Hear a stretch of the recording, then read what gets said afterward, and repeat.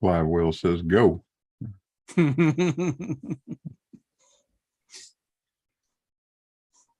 Oh yes, we haven't gone yet, have we? No, we're going. Are we? Yeah, we're going. Yeah, we are now. It's like when you sit in the traffic lights, whether you're in front or the car in front of you, the light goes green, and you go, "Do I bip the horn now?" Or I used to find back in the day, you know, obviously when I was still dating the ladies, and you go to pick them up, and you're waiting outside, and you're waiting, and you're waiting, and you think, "I'll turn the engine off," and that's when they come out. yeah. Guarantee it. As soon as you turn the engine off, well, come on then. Oh, Reminds me of a scene in Everyone Loves Raymond, where he took off without her. I'm not well up on that.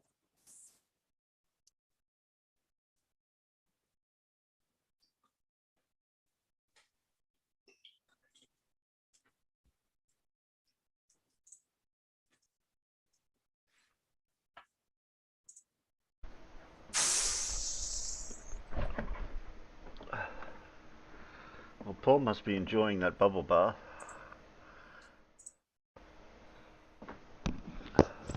Well, I must admit, I find I am physically incapable of having a bath to last less than an hour. I haven't had a bath for years. I like to have a good soak in the tub at least once a week. I haven't even got a bath. There's physically no bath here. There's something about soaking in the tub, reading my Kindle, make sure you don't drop it. Real books survive dunking, and I've dunked at least 2 books because as you're laying there sleeping, you nod off and it just goes, "What? Oh shit!" Yeah, but then you wake up and the water's cold. Well, no, because if you're holding the book, the very fact of the book hitting the water is enough to wake you up and go, "Oh shit! Oh bollocks!" The whole bottom of the book's all. But I have fallen asleep and woken up, and the book's still held in front of my face. Huh. Don't know how I managed it, but I fell asleep. Hold the book up. But yeah, if I feel like I'm getting a bit dozy, the Kindle just gets dropped over the side. And I'm like, go on then. Have 5 minutes in the bath. Flywheel, did you see Professor Phil's comment to you? Yeah, I have, yes, logically, but because you think, oh yeah, I'll pick you up at 7:30. So you turn up at 7:30, and you think, 30 seconds to a minute, that's fine. Yeah. No, I so far, touch wood, I haven't dropped the Kindle, which is good because the Kindle I've got is the best Kindle they ever made, and they don't make them anymore. So I'm quite attached to it. Yeah. Rosie's just got Harriet Kindle thingy tablet. And the irony is that for years I said I just couldn't picture ever having a Kindle because I want my own library. Till I had to fucking move it all. And then all of a sudden it's like, yeah, actually a Kindle doesn't seem that bad an idea. Just for novels. You know, I mean, all of this stuff, this is all reference material. This wouldn't work on a Kindle. But if you'd like talking Clive Cussler, I had every Clive Cussler novel. I had to get rid of them all because I literally didn't have enough bloody room. Yeah. So anything like that, I just get in a Kindle because it doesn't take up any space. Yeah, it wasn't too. Clive Cussler wasn't too bad at first. It just got ridiculous. Well, I mean, I still like the novels, but of course they're not Clive Cussler anymore, are they? Oh, they weren't for a long time, and before he died, because they're all being ghostwritten by somebody else. But they were his ideas, his characters, and it was just carried on with somebody else. A bit like Tom Clancy. Those Tom Clancy novels came out after he died. Yeah, building on his IP, I believe is what they call it. Yes, that's it. Something akin to what Amazon want to do to J.R.R. Tolkien's work. Yeah, this whole prequel nonsense that's coming out soon. Yeah. Well, it's not really a prequel since Tolkien wrote the whole damn lot. And he wrote the early stuff first. Yeah. Lord of the Rings. Lord of the Rings was written quite late on, really.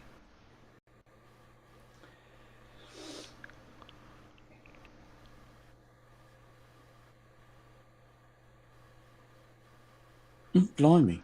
Really, Carl? Yeah. A shootout between private security and armed criminals. Who won? Wow. 2 a.m. Or did it go down to? Did it go down to was it a knockout or did it go down to points? Blimey.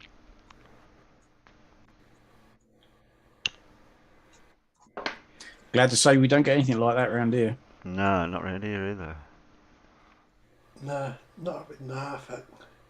Well, the most we're likely to get is the shoot. Yeah. You know, when the pheasants live. Well, we used to do that with the hares every few years. Once the hare population was starting to get out of control, all the farmers would just say, "Shall we do a shoot on a Saturday morning?" Just organise it, and just basically go around the village and see how many we could bag. The bad guys fled. Guys fled.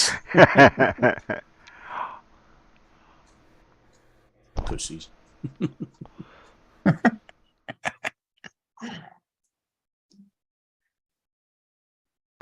Don't bring a gun if you don't intend to bloody use it, because otherwise that's just, oh, look at me, I'm an armed man, I've got a gun, bang, bang.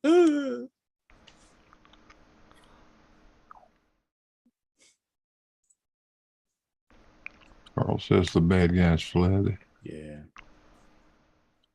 All mouth and no trousers.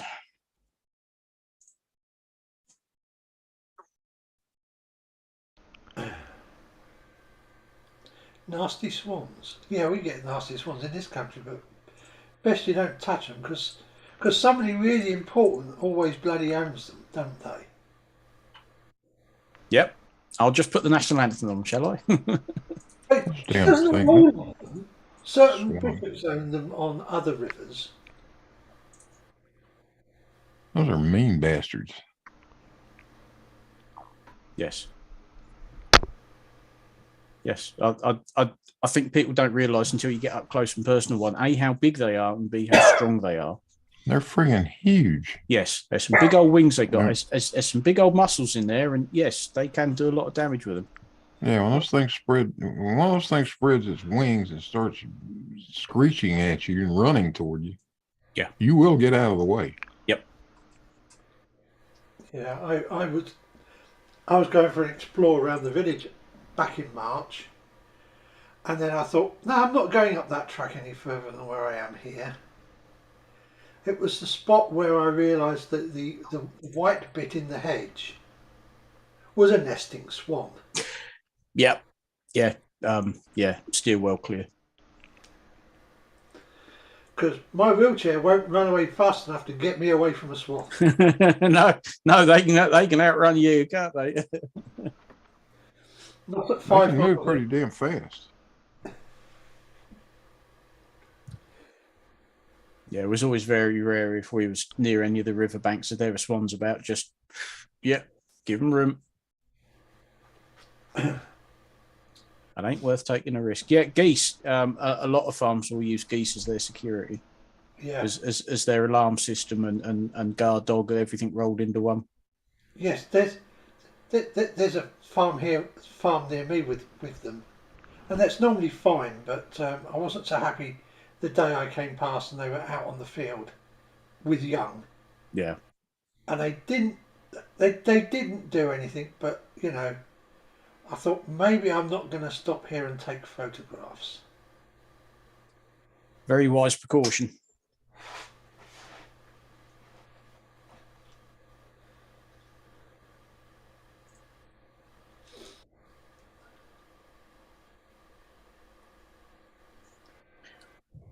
There you go, Peanuts. You should be happy now. Look, you're going to get your dose of Lindsay that you missed. God help us. Well, supposed to be part 2 of that one. Suppose we should finish off the part 2. Oh, these are all short ones. What's going on? Yeah, something's going wrong.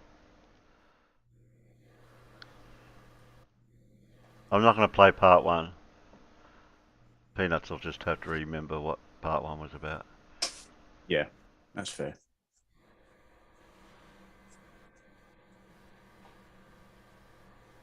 Yeah, Carl, I can't run for my life anyway, can I? Roll for life maybe, but not run.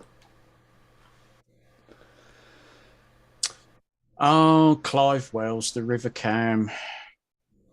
I have such fond memories of the River Cam. Yeah, that's so right. many nice drinking establishments along it. Yeah, that's right, Carl. Go and do those chores that you've been putting off. Go and make a cuppa. Go and do the vacuuming. Yeah, go on.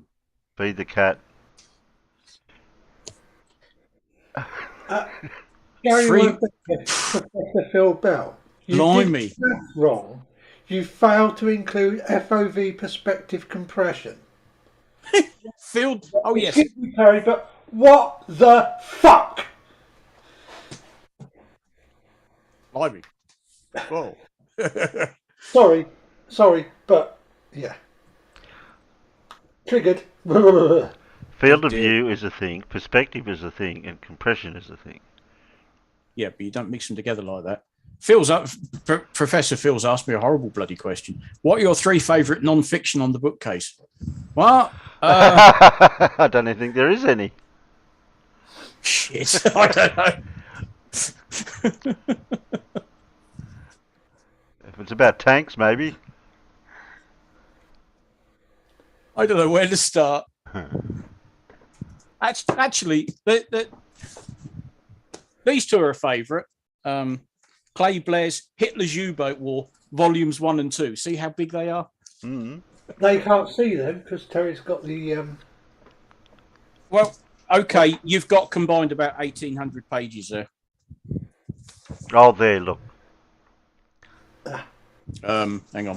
Hey, wait a minute. Why did I pin you? There we go. I've read these a few times. Look how big they are. Light reading. They're not quite. No, Any pictures? there's a few. There's not many. No. Do you know? I don't know. A favourite. Yeah. No, that's an impossible question to answer, Phil. I'm afraid. I've read the Haynes Manning on Tiger Tank quite a few times. That's a good one. It's a good book. I now know how to start a Tiger Tank. I know now how to perform what they call the first parade when you inspect and what you have to do to start it if you don't use the electric starter. Generally helps if you've got a friend to help you. That just proves you are very, very small. Oh, okay.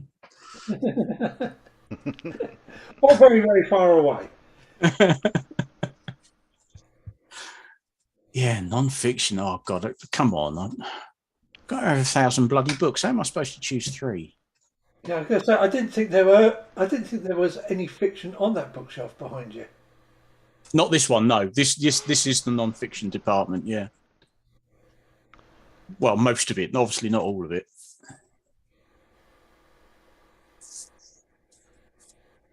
Right. Are we at Lindsay speed? Yep. Well, Cool. I've got it all ready to go.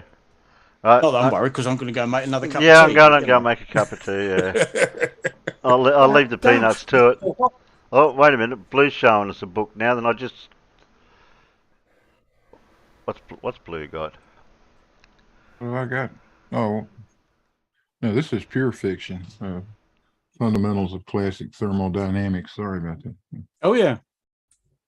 I like Right. that one. Okay. Yeah. I'll go and get Oh, me if a you copy don't of. I'll go and get me copy of Fate. I bet you that's got pictures in it. You don't like it. I don't like that. There's calculus. That's fiction too. Let's say, Yeah, the U-boat. Yeah. Yep. I'm just trying to find the biggest one. still heavy there.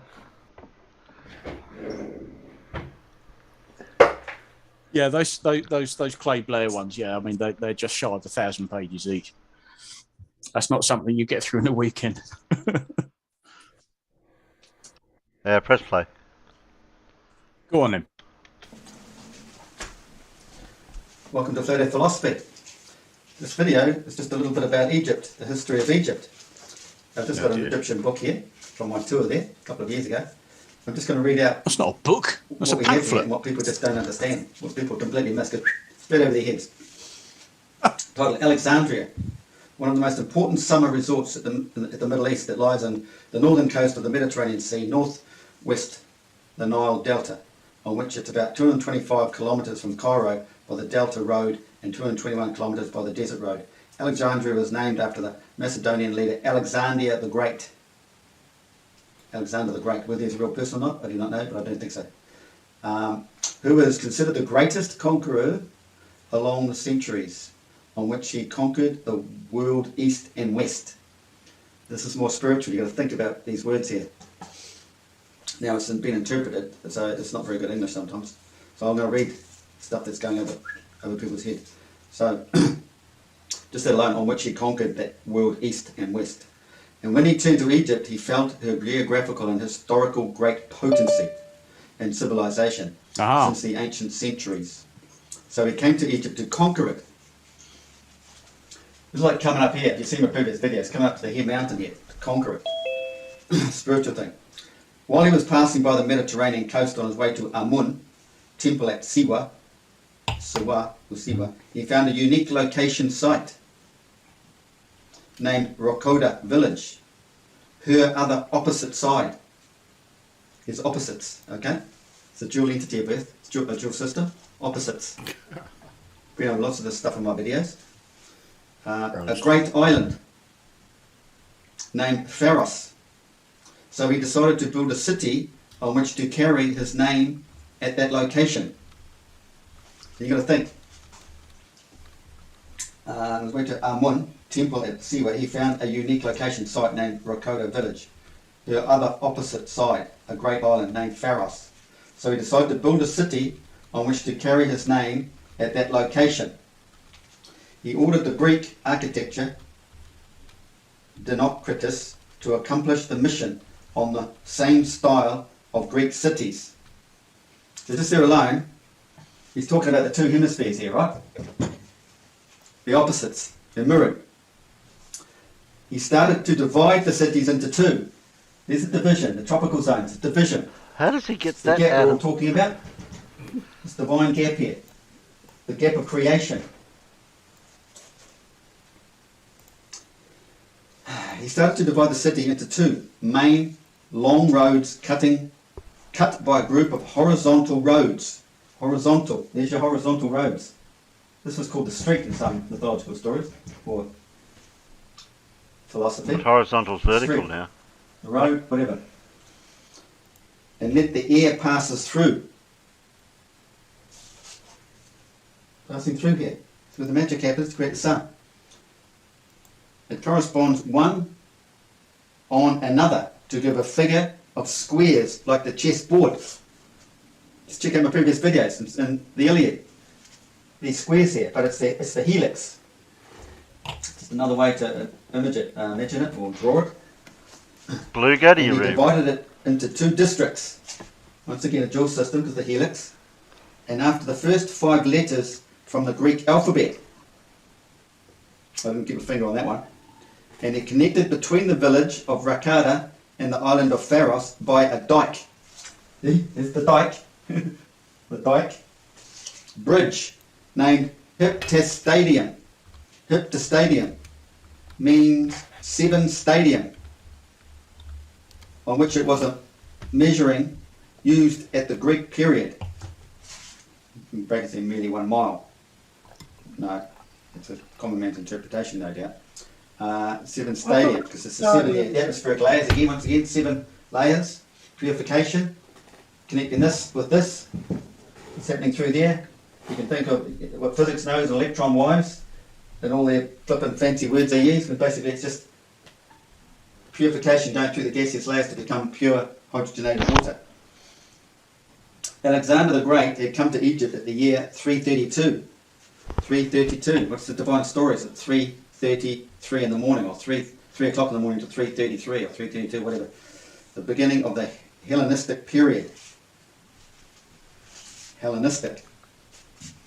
So it's all about the divine story, man's awakening actually, which is all connected to the earth anyway. Alexander the Great had settled down, established an empire, hold the east and the west. Because of his death at a young age, the empire was divided amongst his generals. Egypt was the share of his famous generals, Ptolemy, son of Logos, who tried to gather between both the Egyptians and the Greeks. Now, you know, the Trojan War, there's the Trojans and the Achaeans. You know, and I've said before, the Greeks represent the spiritually enlightened ones. So you've got the Greeks and Egyptians here. So they could be a duality in the story. You know, Greeks, Egyptians, or vice versa.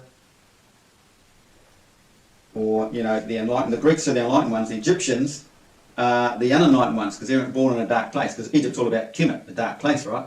So you haven't spiritually woken up. You're down here in your lower chakras. Up here, the Greeks got to the top of the mountain. What it says here? Between both the Egyptians and the Greeks in one religion. Basically, you're one body, one person. This is like the Abel and Cain story. He's one person. This is dual self. In brackets got cult. No, because it's true. It's the truth. He established the sacred triad of Serapis with two figures. So you've got the triad again. You've got the two figures. You've got two legs, two thigh muscles, and then you've got the coccyx, the triad, tripod. And Iliad and Science has now got that on your sites if you look it up, and it's in my previous video. The first as an animal figure, as a bull. I've shown you the bull in previous videos, which is preferable by the Egyptians. The second, the human figure, as a man. Preferable by the Greeks. So you have the man and the bull. I'm quite sure there what's going on. The Ptolemaic family lasted for about 3 centuries, 3 BCE. Now it all boils down to 3 minutes, 30 minutes of their spiritual awakening. So we've got 323 BC, 30 BC. It's all about 30, 3 o'clock in the morning to 3:33 in the morning, or 3:03 in the morning to 3:33. That makes it 30 minutes. You know, Jesus came at 30, gone by 33 sort of thing. Until the defeat of Cleopatra. Cleopatra represents enlightenment. 7th, see? 7th. The last queen of the Ptolemaic family. She's up here. She climbed the mountain. And Mark Antony, Anactium, battle for the leadership of Octavian. Egypt was obliged to the Roman Empire and became one of the Roman provinces by the 7th century AD. The Arabs came under the leadership and it goes on to the common man's story. There's that. A couple of other points here. What have we got here? The collection of headstones of Alexander the Great. Oh no, wrong one. It's on the other side here. What have we got here? What I did on my holidays. Okay, the sacred triad of Serapis. It stands on the idea of the common cult between Egyptians and Greeks. After the death of Alexander the Great, his empire has been divided among his generals. Egypt became under the ruling of Ptolemy first, the one who gathered between the Egyptians and the Greeks. It's all in here, the magic is all in here, that gap. Okay, that's where the divine awakenings happen, your alignments, planetary alignments, all celestial. The one who gathered between the Egyptians and the Greeks under only one cult, named the Sacred Triad, which was represented as one god and 2 different figures. There's 2 different figures, north and south. And what's happening in the middle here? The human figure, a bust of god Serapis for the Greeks to worship. What have we got here? Oh my God, I say. We'll read on. What have we got here? The Greek influence appears at the details of the dress with the sacred knot. In my previous video, sacred knot all represents the hanging, the choke point. It's the crossing of the sun's analemma. Comes down and crosses. All about that. That's the sixth day of creation right there. 6th of September or 6th of March, is it? Spring? As it goes back up. Dressed with a sacred knot on her chest. Chest. You can say chest, I suppose. The Roman influence, the details of the face Chest. and hair. Face and hair. Face and hair. Not sure about that one. Oh, he's just making it up as he goes along. Hippocrates, the son. He took the formal figure of a child, putting his thumb on his mouth. Huh. He's got a finger on his mouth. Putting his thumb on his mouth. No, it's his finger. They got this. And I find I did that now and then. This guy's doing it. Ancient Egyptian, blah, blah, blah. Is this a kid's book he's reading? Yeah, it looks like it. What have we got here? So that was it, really. I did a previous video on this, all these other ones. You want to check it out? Not a tourist book or something, whatever they are. It looks like it, yeah. We're all about connecting the earth with the human body, okay? Spiritual wise, physically wise, celestial wise, physics wise, You're not very wise. and philosophically. So check out my other videos. We'll get onto this sooner or later. Mikael Kaku. Try and connect his physics with the flat earth. What the heck they're on about. Cheers. Sorry about that, Peanuts. Up there. I'm so glad we had that on fast Yeah. because Yeah. I would have hated to have had to spend a whole 14 minutes and 22 seconds of listening to that. I would have hated to spend 14 minutes and 22 seconds minus how long it took to go downstairs and make a cup of tea listening to that. That was just, he literally, as they said in the film, oh, you're just making it up. He was just pulling it out of his ass, wasn't he? And he got all these little stickers to remind him where to go. And it was all completely pointless because he's just like, oh, well, what's this then? Oh, let me make up something about that. The saddest thing is I just got out of the bath, sat down, opened up, and got in just in time to see Lindsay. Wow. Yeah, should have had another 10 minutes, shouldn't you? I should have another 10 minutes. I'm sure the water would have had another few more minutes of warmth left in it.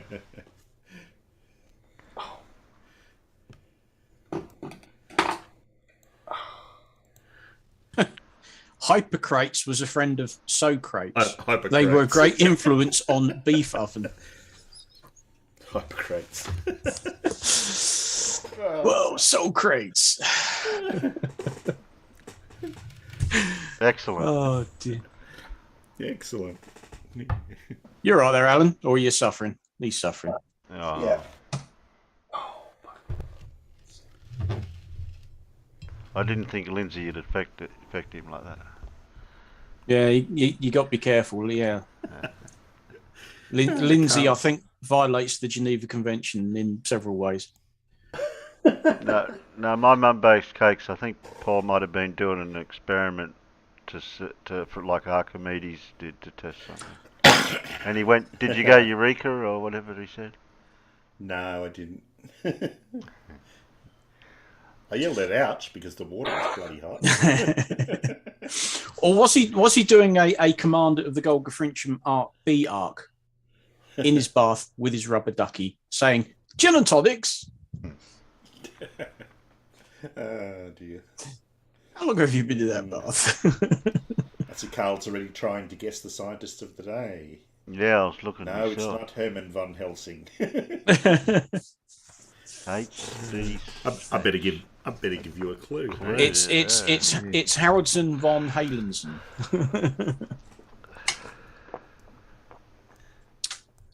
There we go. Today's scientist was a physician, physicist, philosopher who wrote a well-regarded statement on the conservation of energy.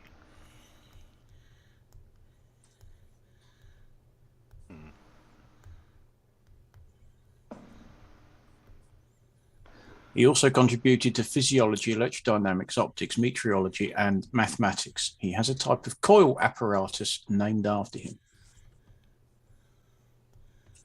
Helix. Blue's gone with Herman von Helmholtz, and my mum bakes cakes has gone for Herman von Hemorrhoids. Hemorrhoids.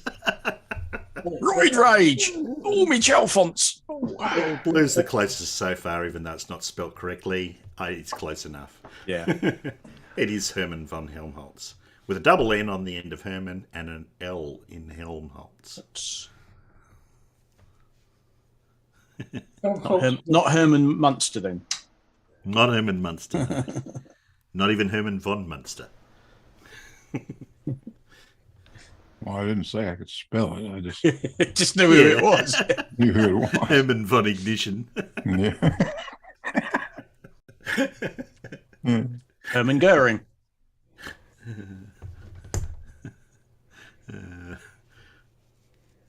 Oh, we've got a space mat lurking out there. Yeah. Good old Goering. What would you like to defeat the RAF? We'll take some Spitfires, please.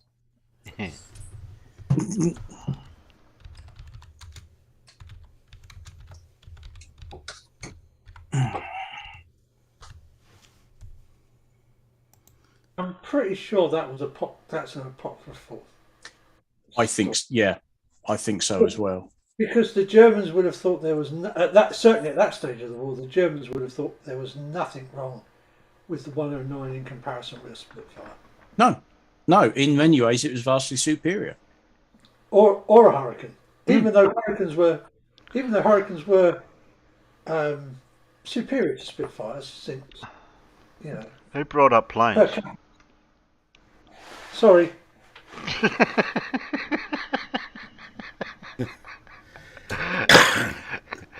Well, it makes you change tanks, doesn't it? If I go to my submarine section, we haven't gone to subs yet. although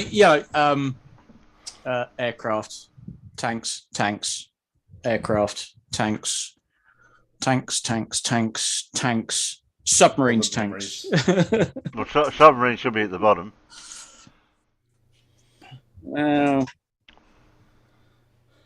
Plane should be up top, and the tank should be in the middle. Submarines at the bottom. It's just the way it got. Just the way they got put on there. Look, technically speaking, most of those books aren't about submarines. They're about U-boats, and the Germans didn't call them submarines for a very good reason. You're better off thinking them as torpedo boats that could dive for a little bit.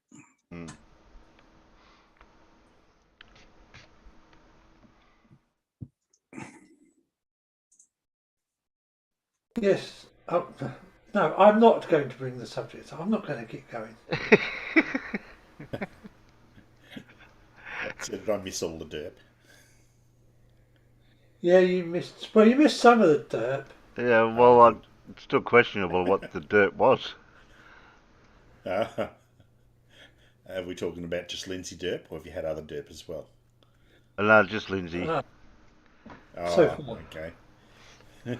We did get a suggestion for this.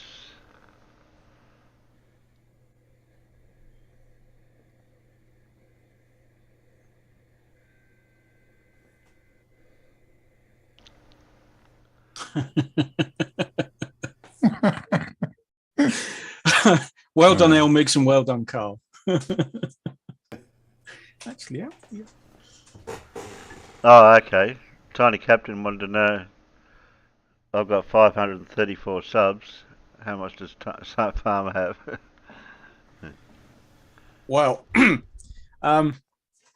there is a link. The very famous submarine or U-boat that they designed towards the end of the war, the electro boat, was called the Type 21. I have 21 subs. I just checked. Synchronicity. Have you seen Elmi's question? Was the Type 7C the first one produced with the automatic bow dip feature to prevent the subs to fly off into space? They did have a special feature if they wanted to dive faster. They got everybody to run to the bow of the boat. Seriously? Yeah. They used to do that in the smaller Type 2s that they call canoes. They were little coastal submarines, less than half the size. But if it was a real emergency, if they wanted to dive faster, they would literally get just about everybody to run into the torpedo compartment in the bow of the boat, and the extra weight would help the boat dive faster. But that was real, if you're on the surface and caught with your pants down and there's a bomber about to drop some depth charges on you, and when they shout alarm, yeah, send all the crew forward and they'll cut down on your diving time.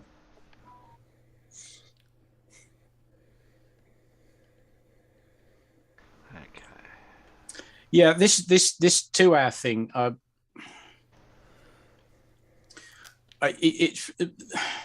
mean, if you take a snapshot in the middle, but really it's the last 10 or 15 minutes because that's when it all gets a bit, Freaky. where Bev gets a little bit upset because Matey Boy calls him a liar. Is there a bit here where I'm seeing the diagrams as what Bev's argument is? These bits? Yeah, but like it does go on for some time because I mean, well, you must have heard when people are talking to Bev, nothing's, clear cut and concise. Okay, well, we'll jump. I didn't watch it all anyway. Yeah, we'll jump in somewhere there. Well, when you've got to repeat everything that's ever said to you, yes, back at the person who asks it, that doesn't make for a short conversation, does it? And then replay it multiple times. Yeah.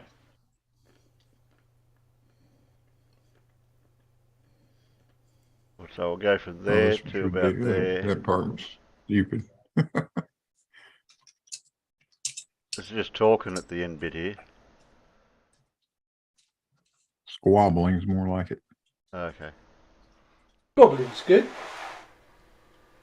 I'll go from about halfway here then.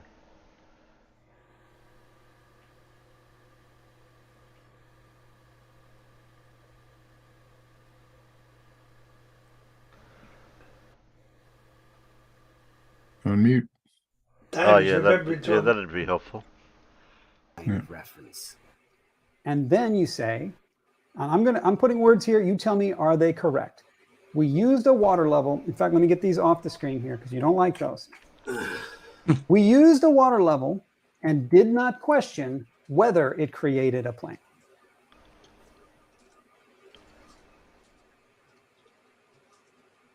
Seems like a pretty easy thing to agree to. Welcome to Stump the Numpty. Water level is level, right? And have you ever questioned whether that tool was creating a plane? Levels, no. Never questioned it Okay. because that's what they do. They establish horizontal planes of reference. Okay, here comes trouble. Okay. So back when we started, right, the first thing we agreed to was critical thinking was that we test our assumptions. We create a test to see whether something is true. And you're saying, no, I'm not gonna. Is that? Who's saying no? You. I believe you are. I'm No, hearing you say. No, I'm you've never saying questioned we it. did a test, realizing Euclid. We used a tool, a water level, that establishes a horizontal plane of reference to do the test. Uh-huh. You're saying, no, that's No, you. I'm saying you did not question your original statement that the water level creates a plane. I'm You have saying never questioned it. you are questioning it. You. I am questioning it. Yes. Yes. Okay. Yes. But Good. you have never done that. Now we're getting somewhere. Yeah. I know water level is a tool for establishing. Really? Where has he got Great. to? So, I mean, hopefully we can come together on this. And we've got a lot of folks from both sides. I wish we didn't have to have sides, but we got a lot of folks from both sides in the chat here. Hope everyone can agree. This water level test, this realizing Euclid test. You say both sides. Like, Uh-huh. what do you mean? The geometry side or What do you mean? the water levels establishing a horizontal plane side? Which sides are we talking about here? There are two sides to this question. The one side says water levels invariably create horizontal planes. The other side says no, water levels actually conform to a curved shape, right?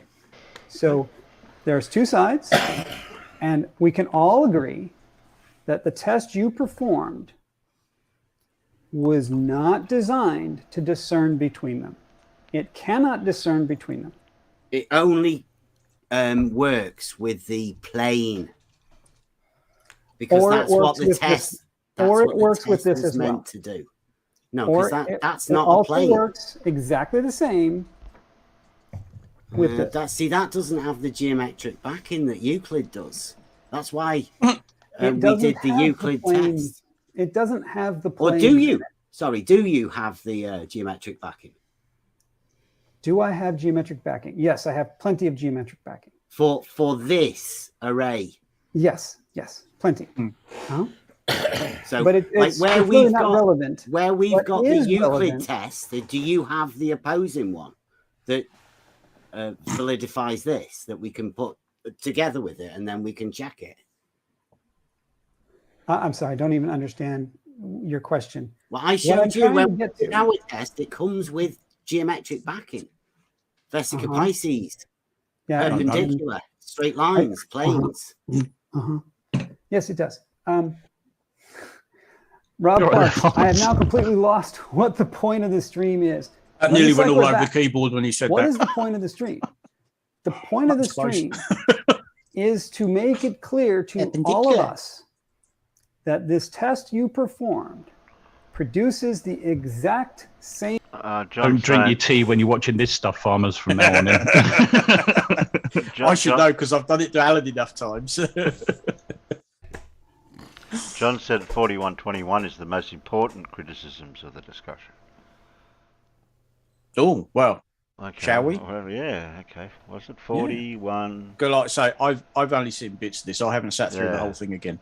I was sort of dipping in and out last night, but Okay, we'll go to 40. And we were at somewhere there. round about there, yeah, it's the end of the 50s, isn't it? with the assumption that you've got straight lines and planes. And no Yeah, a attempt, I've water got it on the level screen. is a level. It's a tool for establishing a horizontal plane. I've got isn't it on it? the screen. I've got it on the screen right now. What I'm trying to get you to say very clearly, and it doesn't seem like this should be contentious. I don't know why you resist this so hard. Your We do. test made zero effort to determine that your lines were straight or your planes were planes. You took that as given and did not Yep. test it or question it. Yes. I used a water level because it is a tool for establishing a horizontal plane of reference. That's why And we you did not used a question. water level. No, I didn't question Horizontal. it. No. Why should I? Should I have questioned the fact that a water level is a tool for establishing a horizontal plane? Okay, let's go. Should, to that. please, can you answer me? Should I have questioned it? Yes, you should, Yes. because Yes. that is not a mainstream science teaching, what you're saying now. And you should be aware of it. Doesn't mean you need to accept it, but it means I think this deserves a test. All right? Is that, Well, you How think about we that? should be fair? testing that a water level is a tool for establishing a horizontal plane? You think we should have established that first? I think that you and Yes, I you agreed to twat. this sentence that's on the screen. I don't know if you could see it. It says, a water level is a tool that can be used to establish a horizontal plane of reference. Sorry, No, my a phone's- water level is a tool that establishes a horizontal plane of reference. That's not the sentence I agree Just to. Oh, doesn't what get bloody it. difference I does it agree to the make, one Bev? with Jesus the word Christ. candy in it. It's not the only thing. Okay, Yeah. well, that's not. I say it definitely does establish. You that's say, what a water level correct me if tool I'm is. wrong here, I believe you say a water level is a tool that invariably establishes one and only one horizontal plane of reference. Nah, I've never said that. I Well, that's say what a you're saying water now. level That's what is a he's tool saying. that establishes a horizontal. He plane. doesn't know what the word Is there any invariably way you means. could No. make a water level that does not establish a horizontal? No, a water level is a tool that establishes a horizontal plane of reference. That's how it's used. Okay. Have Because you it's used that seen it? way. Have you seen a water level? Yes. I have a water level right That's here. Oh, right, yeah. literally not how it's used. Uh-huh. Okay. Okay. Is that the one that first Bob sentence, taught you to do? Not the second. I've got a water level as well. So I agree to the first sentence and not the second. Okay, well, I like that second one. I don't know where you got that from because I've never said That is that. what you seem to be saying. You I've seem to be never saying said those words. Never. Okay. That is what he's saying. A Why don't you water tell me level words is and- a tool for establishing a horizontal. Okay, plane it of is a reference. tool for establishing a horizontal plane of reference. Yes. Does that As mean are all levels. okay? Does that mean there is no way to use the tool such that you do not get a horizontal plane of reference? I wouldn't know of it. Can you Right? show Saying us that the the tool? water, saying that the level does a thing, that it's a tool that does a thing, like saying a screwdriver is a tool that drives screws. Does that mean holding a screwdriver means I am driving screws? I don't know what you're talking about. No, it means you're making. Well, give me making an And that give incorrect he me an says it- example then of how you would use a water level to not establish a horizontal plane of reference. Just give us a rough one. Yes. If you put 3 risers on your water level, you will find that the three risers are not in a plane.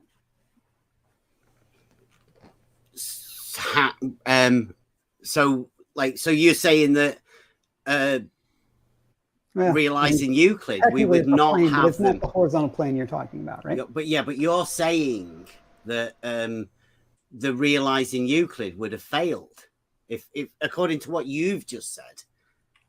No, I'm saying standard science textbook says this occurs. I don't think so. I mean, that looks like that one on they're definitely higher. Okay, so that's the last thing I really wanted to talk about. Before we go on, I wanted to finish Science, this. did you? I want to finish this water level thing.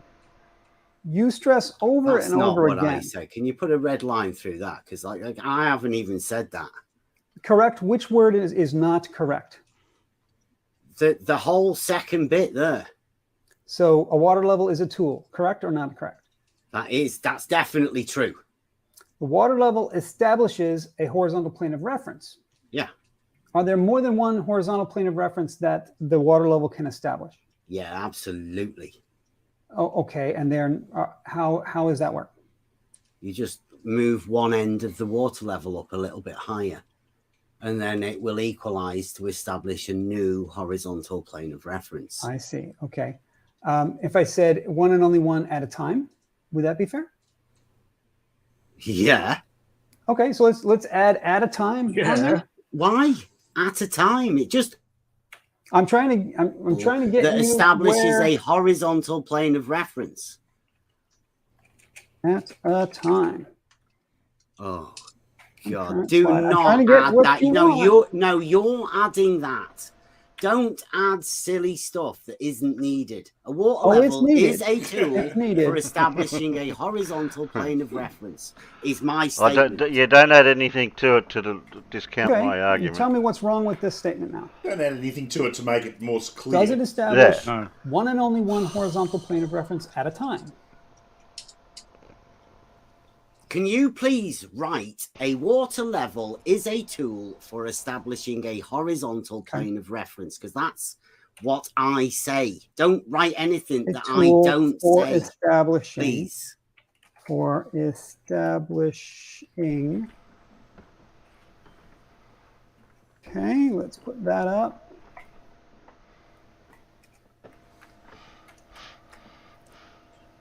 These, I believe, are your exact words now.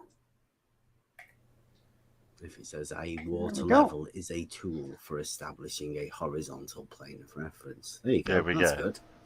Okay. Does that mean the following statement, or is this an error in logic somewhere? Are these equivalent?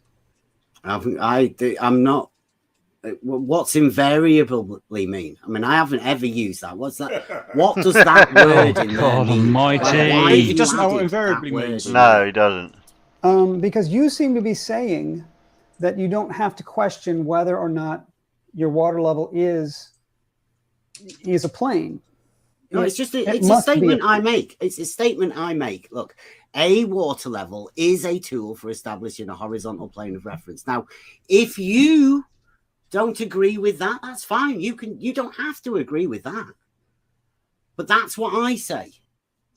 I think that first sentence isn't entirely wrong, but the way you apply it is wrong. Do you mean the way I apply it? I apply it by using a water level to establish a horizontal plane of reference. You have said that because a water level is a tool for establishing a horizontal plane of reference, I put a water level out, and I know that I have a horizontal plane of reference. Yeah, agreed. That's what he's implying. If you put a water level out, you've made sure it's got no air bubbles in, and you've not got any blockages, then yeah, it will establish a horizontal what about plane of temperature? reference, right? No. What? It will not. A water level won't. That is a logical leap that you can't support. Who Because can't a support tool does a thing, that tool did the thing. Okay. Right? That's So what you said. Because a tool does a thing, therefore that tool did a thing. Uh-huh. You don't And see what- the logical hole there? What are you saying? I'm saying because a screwdriver drives screws, because a tool did a thing, because a screwdriver drives screws, the screwdriver drove the screw. No, I don't know that. He doesn't I see could it, does he? say, He's No. just not if I getting it. use the screwdriver properly, Well, either that or he does see it, but he's never going to admit I was it. driving a screw with it. I could say that. Fred wants You see Lindsay the on again. difference? I don't blame him. I really don't Well, a blame him. water level is still a tool for establishing a horizontal plane of reference. Right? Are you local- saying it's Are not? you saying that you can prove that a water level's plane is horizontal? A water level is a tool for establishing a horizontal plane of reference. I hope Keep saying a it, water Bev. level Keep establishes saying it. Keep saying a it. horizontal Keep plane saying of it, yeah. reference. Are you saying we should check that What are we a eating, water farmer? level establishes a horizontal plane of reference? Coffees. And Yes. how would we do that? Hey, How would you Megan's do got it that? now. Good idea. Woohoo! I want How- to start with really Because you all I said was- you're doing a level test. So how All would I you wanna test do- level? all I wanted to do here Science. today, Bev, was to get you to say out loud for all listeners, your test does not establish that. My Your test test doesn't relies establish on it. what? That horizontal, that water levels, this statement of yours, which I have added some extra words to. So it's Your not my test in no statement then, way- is it? You can't just say it's my statement and that you've added words to. Mhm. That's pretty dishonest. No, that's not what I meant to say. I That did is not what you use Ain't said. enough imply. done it. This is how you're using it. You don't agree. But you are saying that you used a water level and did not question that what you got from it was a plane. We used a water level to do a test to realize Euclid. Now, No. I hope we are going to come out of this We used with a test water that you level. think you can do to No, a science, a water level, please. whether it created. Yeah, write it down so we can I'm see. going to put this on the Throw screen. I it want back you in his to. face. The idea here is, Alex keeps saying I'm angry. If you think this is angry, gosh, I don't. I'm not angry. I'm trying to do what's called a steel man. I want to completely understand what you're saying. I don't want to misinterpret. It's not You have to hard help to me with do this. what I'm saying, right? You are Water saying, level is a tool for establishing a horizontal plane of reference. and then you say, and I'm putting words here. You tell me, are they correct? We used a water level. In fact, let me get these off the screen here because you don't like those. We used a water level and did not We caught up question with ourselves, haven't we? whether it created a plane.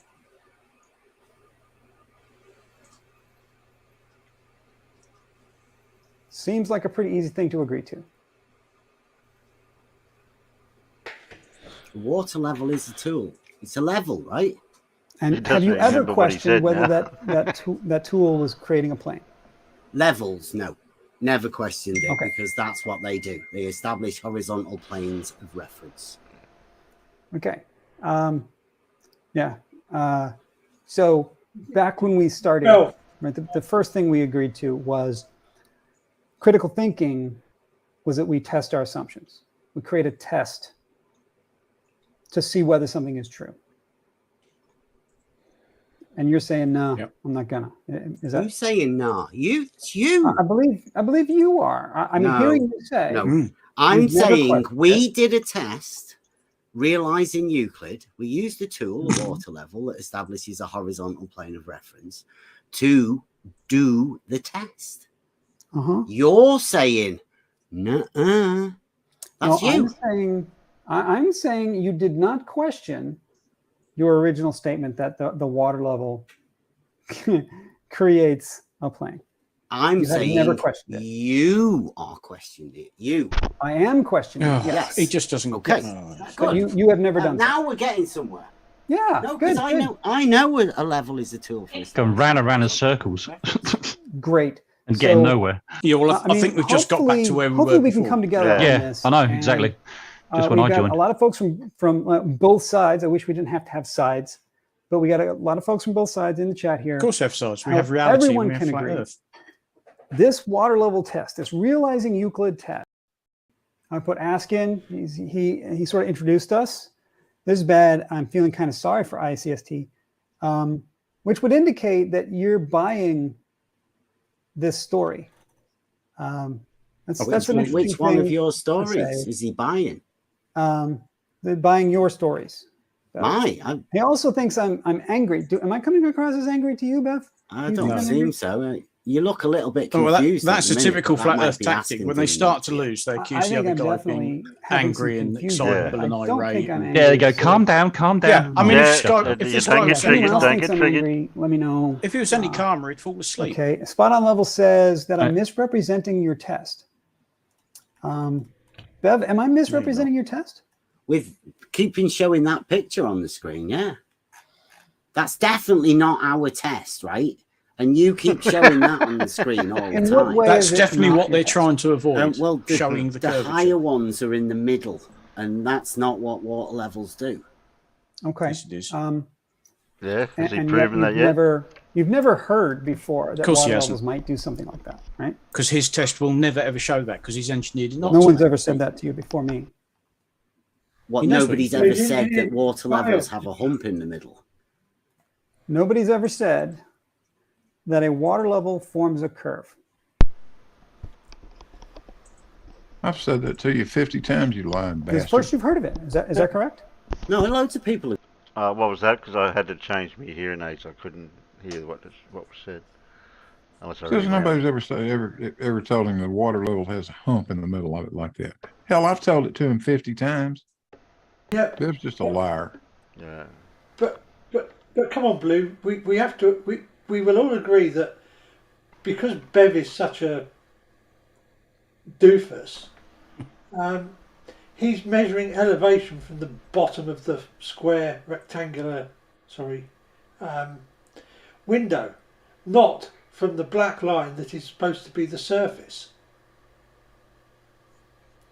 Because he won't accept anything that is not a flat plane.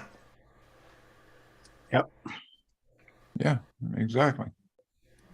Because he lacks the ability to consider what would happen if the surface is curved and down is pointing inwards. So We've said yeah. it. Oh, I've heard people say it's circle. Amazing. Yeah. So people have said that before. You're Yeah, aware plus of they this. have I guess. loads of people have said that Okay. it curves, but no, nothing ever. Just stories like you keep Just- saying. But they're all wrong according to And Bev. why is They're it all wrong. that you think loads of people telling you this does not rise to the level that it should be tested?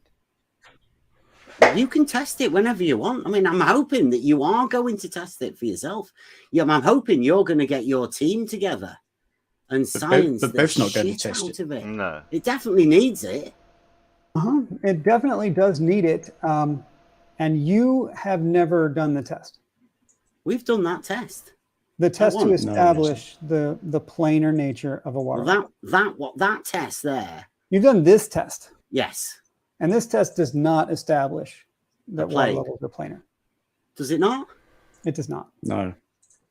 Certainly looks And like if you're it. confused Does it by not? that, I'm going to say maybe we need to go step by step and establish your understanding of the competing hypothesis. Mm-hmm. Well, I mean, that isn't the plane one. The next one, proposition 2, is the actual plane to show that 3 straight lines would all lie within the same plane. But that'd be the second one. This is just the straight line within the plane. What's the second? What's the second one? The second proposition, proposition 2. I don't know. What are you talking about? In Euclid. In the realizing Euclid, that's a plane. Do you want me to read that one out for you as well? Just so you know what we should be coming up with next. I want to know. I want you to be very clear. It seems to me that you're unwilling to be clear. It says, I'll give you the second one. Very clear. That's why I add these extra words into the sentences, right? Right. Yeah. I'd like you to do that too, to be very clear so that we cannot misunderstand you. Okay. So the second test That's what he wants. is 2 straight lines which cut one another are in the one plane, and 3 straight lines which meet one another are in one plane. So first off, we establish the straight line being in a plane, and then we can go on to the next one where we establish 3 straight lines together. Okay, so on this test that we have on screen right now, if we are to assume that water levels create a plane, then you've done a great job of realizing Euclid. Jolly good. Can we agree to that? Well, that's what we thought we'd done, yeah. Great. But that does not say that we have proved water levels create a plane. Right? That would be circular. What, a plane would be circular? The argument. Jeez. Step 1. Where's your oven, Water Mitch levels Farmer? are always a plane. Just Okay, don't. right? Have I misrepresented I'm you at all? convinced it's A all part water of this level is a game. tool that establishes a I don't think it's horizontal quite as plane. Don't moronic add as the he makes extra. out. Don't act the weasel. No You weasel just It told could me be. to keep adding the extra words to make it If you're more gonna be- clarity. You can't if sort they're of tell me to take them clarifying- away. If they're clarifying, add them. If they're de-clarifying, don't add them. Right? I said the water levels created a plane. Yeah. Okay. If on the Horizontal assumption plane. that the water levels created a plane, A horizontal plane. a horizontal plane. Very good. See, that's a clarifier. That's good. So we have here 2 water levels and therefore 2 horizontal planes Yes. predicated on statement 1, which was that the water levels created horizontal planes. Yeah. If 1 is not true, 2 is no good. Okay. Fair? Jolly good. Okay. 3, they overlap. Yeah, there is a shared straight line segment There's in a the shared, center. very good. Very good. Yeah. There's a shared straight line segment between them. Making As progress. designed, Making that's the progress. test. Okay. So then the question is, if those 3 shared segments are at the same height, they also form a plane. Is that correct? What if the same height? What do you mean? You tell me. How? Give me to the conclusion now. You've got if water level created a horizontal plane. Yeah. And I have 2 of them that overlap. and I see that the level's the same on all three of the overlapping region, Yeah. then what? Then you've got a shared straight line segment, so that shows that you can extend the straight line in a straight line, and all of the parts of that lie within the same plane. Agreed. And that statement now is predicated on number one. Number one was what? You said that a water level is a tool for establishing a horizontal plane of reference. Okay, so if number one is false, you have done what? I don't know. So is that what we're trying to get at here? The fact that you don't believe a water level is a tool for establishing a horizontal plane of reference? I don't believe, I believe there are tools. I believe there are proper uses for tools, and that you are deliberately phrasing it that way to make it sound like your position is reasonable when it is clearly not. It's an unreasonable position to do a realizing Euclid test. No, Really? I believe I'm talking about when you said Euclid a test. tool, a horizontal reference. Your line. Say your line again. You mean you got it memorized? Give it to me. Did you say I'm lying? What I'm saying is that Yes. you are taking the statement that a plane is a tool for establishing a horizontal reference, and you are extrapolating from that to say that there is no way this water level is not planar. I'm just saying that a water level is part of the level family. Therefore, it is a tool for Level establishing family. a horizontal level plane family, of okay. reference. Oh, And does that mean it is perfect? Here's mummy level. Here's daddy level. yeah, daddy level. It's over large distances. Yes, it is the most accurate level. No, Okay, it's and not. that's Not Next door neighbours to the monster family. Really? water Could be, level is yeah. not an Yeah. accurate tool over long distances. Yeah, that your I don't know that it does, is what I'm saying, because I You think just being disagreed with me for skeptical, no reason. Then being skeptical is a good thing, and just accepting what somebody on the internet told me as fact is very foolish. right? Do you think that's what we've done, or do you think Yes. we've been going at this for a few years now, talking to hundreds of people about this? I think what you've done is you did talk to hundreds of people about it, and I'm not the first person to tell you this. Would you confirm that that is true? To tell me what? What is it you're telling me? Multiple things. The base of our difference is whether or not we should accept without question that water levels create a horizontal plane. I think you should test this for yourself, to be And honest. I think you have never tested this for yourself. I have actually tested it. You have actually tested a water level. Absolutely, I have. Yes. Jolly good. Yes, many people have done so. And I'm curious whether you have done so. Tested a water level. Yeah. Of course he has. Yeah, I've got a 400 meter water level right in front of me, right here. And how would you propose to test how planar it is? I've got a 100 meter water level out there as well. Okay, yeah. How would you Fat lot of propose good to days. test the Yeah. planar nature of its results? Well, That's what I've got a water level, I therefore did. I've tested We it. did for a laugh. Okay. We went out there with an auto level, and we stretched check it the for leaks. 100 meter water level out, and we lifted the water level to the crosshairs on one side, and then we turned the auto level round, and surprisingly enough, it matched the water level on the other side as well. He Did thinks it that's really? surprising. Differential And then we went leveling, and you moved the dipshit. water level, like at the auto level, like you do. Shifted it beyond it, and then sighted both of them. And guess what? They were level 2. Okay, so you used an auto level to Yep. point at To point. No, another auto level. no, the water level. You pointed an auto level at a water level. Yeah. How far away?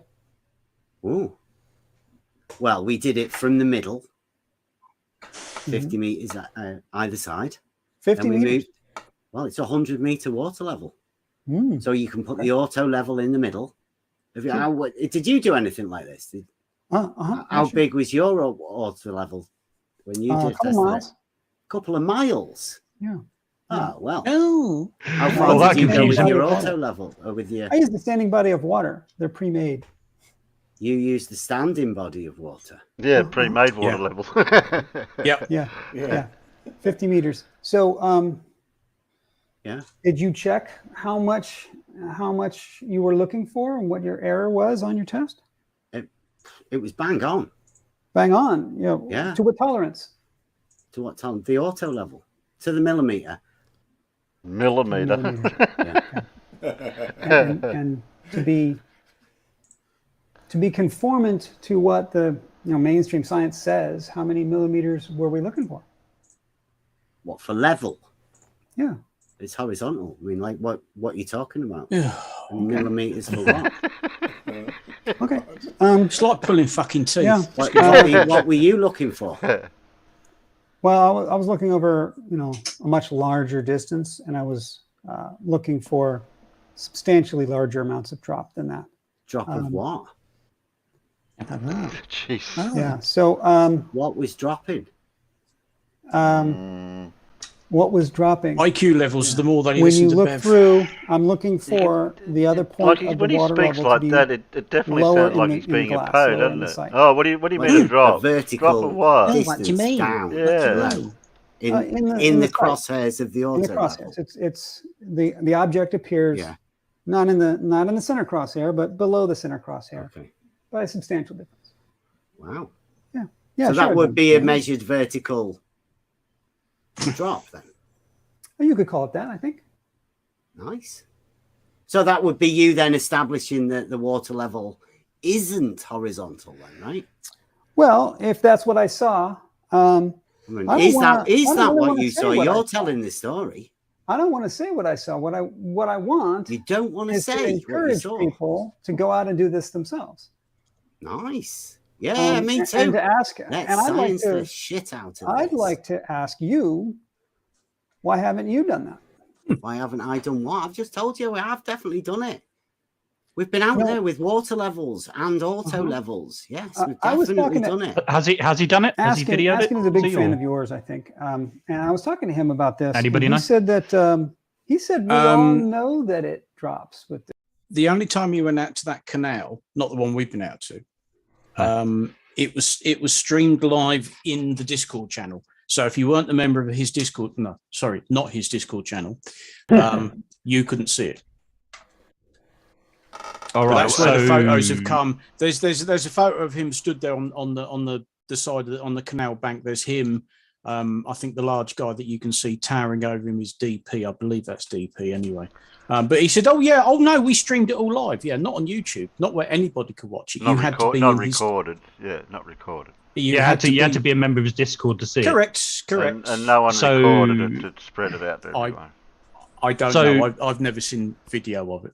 So nobody's got any details as to exactly how he tested it, what process he went through, what the No. results were, or anything. So we just got to rely on the people that witnessed it or supposedly witnessed it, that what he did was correct and the it's- results he got was what he got. It's perfectly obvious what he's doing. His water levels are nowhere near long enough to give you any usable result whatsoever. He knows that. That's why he's got 200-meter long water levels that overlap. So you've just got two separate 200-meter water levels. Now he's presuming that the Earth is flat and it's a horizontal plane, and that these are two line segments that share the same plane and all the rest of it. Right. That's fine in geometry, not when it comes to the real world. Yeah, you need much longer, basically, like this guy here. You not only do you need it to be longer, you need more than one point at either end. Like Sly Sparkane was doing, you need a very long one with multiple points, and you need the view from one end to the other. All of this Bev has not done, and I'm convinced that he knows the results, which is why he hasn't done it. Ah, right, okay, gotcha. But that's just my own personal opinion. Confirm that we all know that it's going to drop. What's going to drop? If I look across a lake, long distance, if I look across Bedford Level, 6 miles or whatever it is. Your balls haven't dropped, Bev. That's the problem. Your balls. That's why your voice is so high. Oh. Does I don't know. Let's hear in the chat. How many people in the chat think there will be drop, and how many people think there will not be drop? What do you guys think? Is there going to be drop? We're doing a consensus. I'm just seeing. What do people think? Well, it doesn't prove anything. I'm just trying to get an understanding, because we heard Bev say it's not going to drop, and he's tested it over 50 meters. Just be barely measurable. You asked me how we did it, right? 50 meters in the middle, then we moved the auto level to the side. Are there any? I did it close at 100 meters away, and then we moved it 50 meters beyond. And are there any Are there any people who believe water level is horizontal, but there's still drop? Is that a thing we should ask? Anyone willing to go on record and say water levels are horizontal, but there's still drop? What, horizontal drops? You sure? No one's taken that. I don't know. Maybe asking. No, I don't think horizontals want to go on the record. Horizontals don't drop. But okay, so if we're clear, no slope to a horizontal. If we're clear, Bev, it seems like we've got a way to test it now, right? We got a way to test. If you look through a long distance and you see that. John's saying I've been posting the Sagittarius calculus. Is the panel paying attention? Okay, 600 meters. 600 meters is 7.6 mil. Yeah, I was watching, John. 403 mil. 100 meters is 0.2 of a mil. Shit, you wouldn't. Yeah, so he's saying over. He says, "Oh, I've got 100-meter water level." Yeah, but you are not using anything accurate enough to measure 0.2 of a millimeter. Yeah. So how are you going to do that with water? Yeah, just the difference in pressure across the tops of the two open pipes is going to be enough to. Yeah, that's what I was saying. The weather, the heat, and the cold, and all that. Well, just the wind being slightly different across the top of each one is going to change the pressure in the tube. The water, the level of, according to set by some water, is visibly all at the same height in your auto level. To do it. You sure that's you sciencing it properly? Well, have you ever heard of Alfred Wallace? Have I ever heard of him? I'm not the first person to think this up. Absolutely. That's Alfred Wallace on the bridge, right? Yeah. Yeah, I've done it. Okay, and what did you see? We saw the bridge and the sluice gates at the other end. And we saw the water all the way along it. Shout out to Alfred Wallace. Yeah. And what about the middle section? What did you see with that? What do you mean the middle section? It was sort of in the middle of the entire stretch. Wallace's test, as I recall, was to put 3 posts into the. Yeah, we just did the camera thing. You didn't do the just post? Looked. Well, I mean, I could have drawn a picture. That's what he's saying. We were there, looked. Right? Just to do our yearly pilgrimage to the home of the level. And that's cool. Yeah, and Rumpus is doing home of the level. flagpoles and all of that. So we thought we'd just wait until Rumpus does that. Okay, well, we thought we'd just wait till Rumpus and make a complete fucking ass of ourselves. I don't think he's going to do it. Can you? I mean, when he sets it up, you're going to go out and see, right? You're going to go look. Yeah, 2, right? And My son sat in the dinghy at Bedford level, Uh-huh. 8 inches above. We did the Robotham one that nobody's ever done. I don't think anybody ever even heard of it. People do that one all the Robotham time. one. Which I've one? seen that one.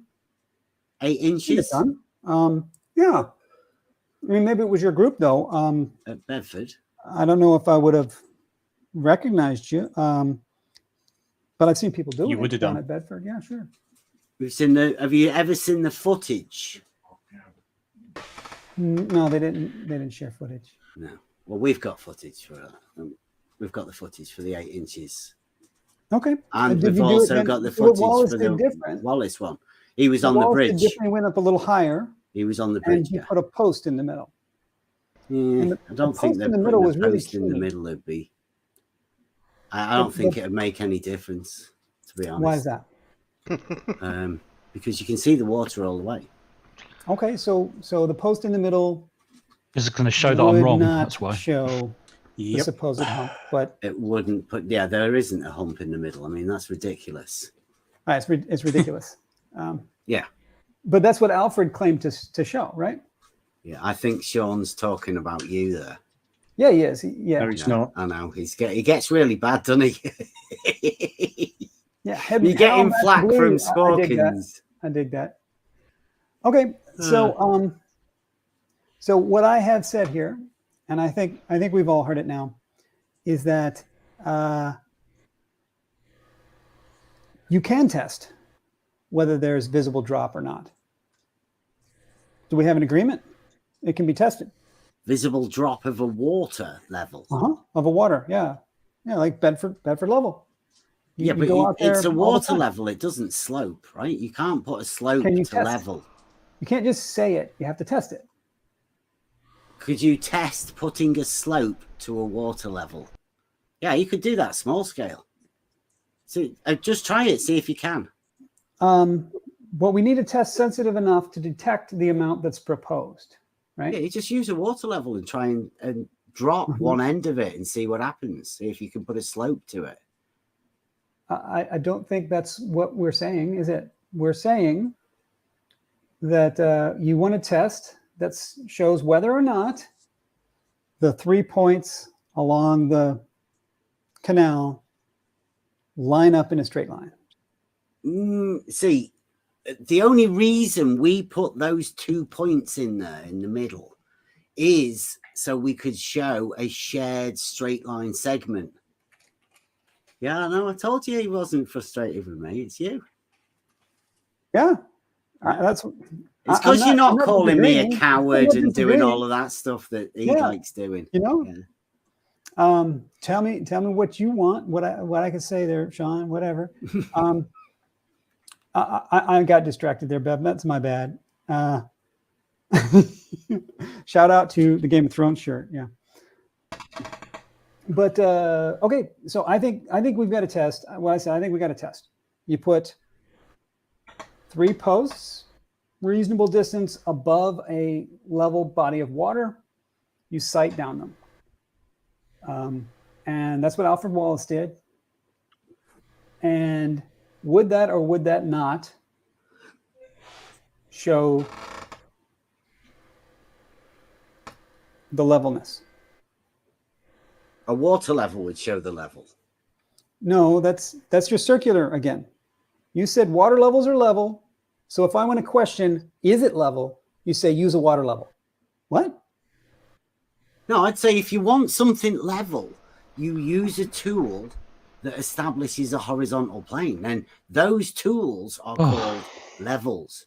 They're definitely the best tool for checking if something is level. But they don't not use a establish camera. Horizontal plane. They ICST has got the patience of a saint. I don't know how he does It it. needs to be No, I tested. don't either. It's just a plane. He You just really make is. a plane. He's What if they don't You can't help but establish a admire him. horizontal plane? What do?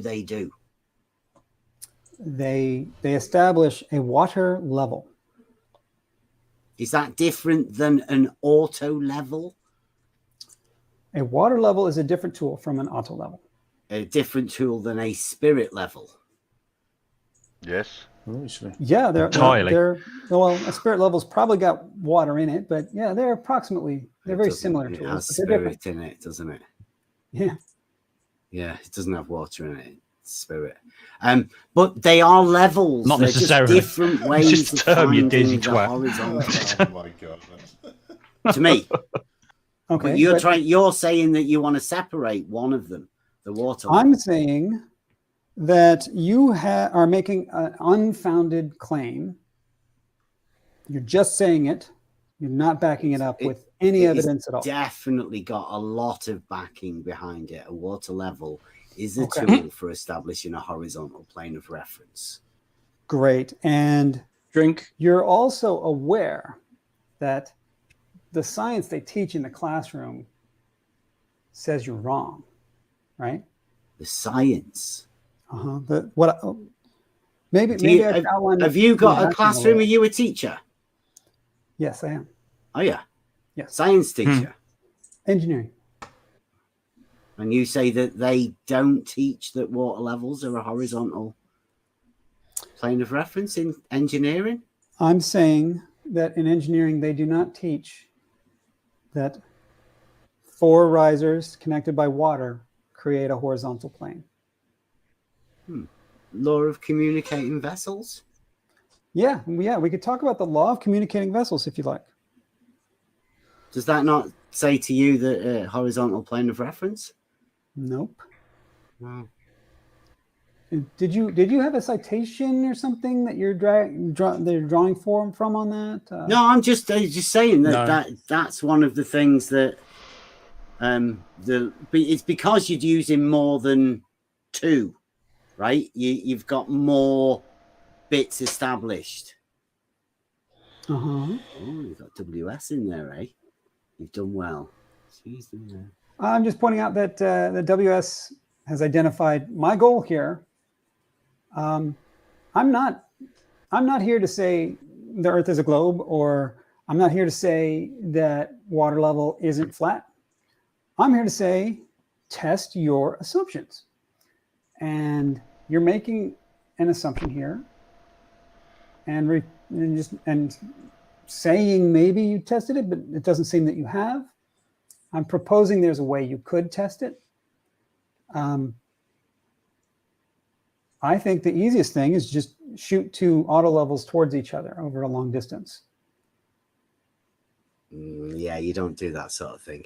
WS hasn't coerced you into saying that. Don't do that. Don't do that one. Don't do that. I think that shooting 2 auto levels at each other would establish whether or not I think it'd be ridiculous. They are. That would be ridiculous. It would be ridiculous. Well, hold on. You just said that if I look down a water level series, that would all be collinear, right?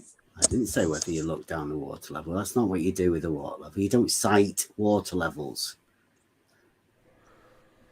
Well, how's the water level is a tool for establishing a horizontal plane. You don't need another level to check your level.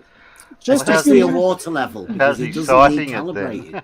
You could use a water level to help calibrate your auto level, but you wouldn't do it the other way around. Okay. A few minutes ago, I believe you stated quite clearly that that if you look at like a level body of water, a still body of water over a long distance, you would not see drop. Yeah, did I misunderstand? words to that effect. I wouldn't want to misrepresent you. Hey, you've got a vivid imagination, so you might be able to see drop. I don't know. I'm saying the water level is a tool for establishing a horizontal plane of reference. You're saying the way the universe works, if you line up a water level and you sight along it, every single one of those waters lines up visually in a straight line. No, you wouldn't cite water levels. Why That's not? Slice Barkane's ridiculous test. Why not? Yeah, because it will show curvature. Why not? crickets. He's thinking of an That's what answer. Alfred Wallace You did. can get out of it. You didn't seem to object to that. Still no answer. Alfred Wallace didn't cite water levels. He used the canal as his. But he still hasn't answered the level. question, though, is he? No, He still hasn't of course answered it. No, and he Why won't. not? Why not, Beth? He used sticks. And the canal was the. He's changed the level subject now, and surface of reference. he's not going to answer that. He ain't did touching it that at with a the 10-foot Bedford pole. Canal. No. Yes. Okay, so the Bedford Canal was the water surface. It was the water level being used as the reference. Is that correct?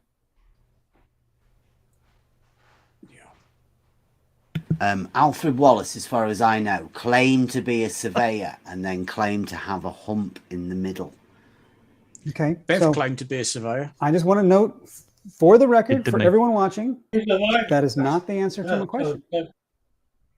I asked the question. I can see. it's I can yes or see no a video. You making a video about this, Blue. I really can. And Alfred And then I'll Wallace's pressing Bev and getting an test answer to we've that. Why heard not? of, the Bedford Level Canal represented a water level. Yeah, dude, the canal is a water level. That's why they do it there. Very good. 'Cause Next, Like, Alfred Wallace. whoa, say very good. I mean, like, I why do you agree. ask Charles? It's good. Sorry, Alan, I couldn't hear you trying to. Buddy. I think the one bit that that everybody's forgetting to mention is that Wallace, he used sticks that were attached to floats that were floating on the surface of the canal. Mm. Sticks that were the same, that had, so that as they were floating, they were all the same height above the surface. Yeah. Good that we agree. Questions. It's good that we agree. Is that the question that you wanted me to answer? Like, did I asked the Wallace question, I was use the waiting for an answer, yeah. canal as a water level? Okay, Yeah. next question. Next question. Then Alfred Wallace put sticks in that canal. I'm sure we can agree to that. As far as we know, yeah. Okay, and presumably, I mean, right? Somebody then, drew some pictures, yeah. And then he used those sticks to establish a series of points that were exactly the same distance from that canal. Yeah, I haven't got a clue about that. But yeah, I mean, if you want to say that's what he did. Okay, that's what he said he did. Uh-huh. Yeah. Okay. It's not him saying it. It's what he did. Along those. Claimed to be a surveyor as well, didn't he? And he cited down those. Yep. So 6 miles. And if you did with that a telescope. And if you did that, what do we expect to see if the water level is a horizontal plane? I don't know.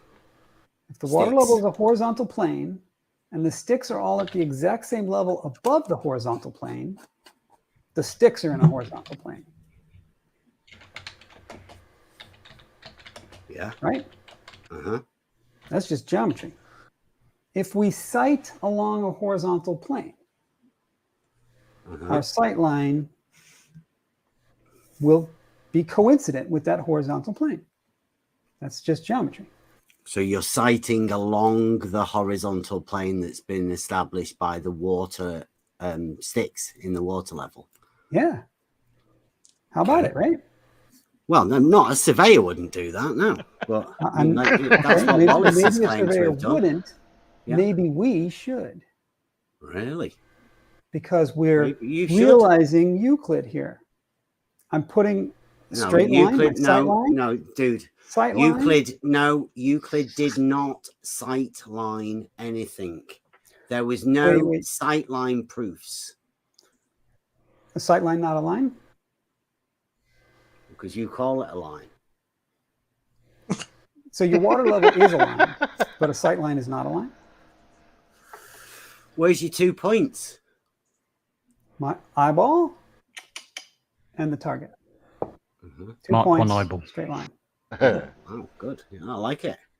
Okay, like it. so do Let's we agree a science sight that. line is a line? Oh, I like it. It's nice, that, eh? Well, I mean, are you checking me for your test? I'm Because I asking- hope you're going to be doing this. I really do. I'm asking you.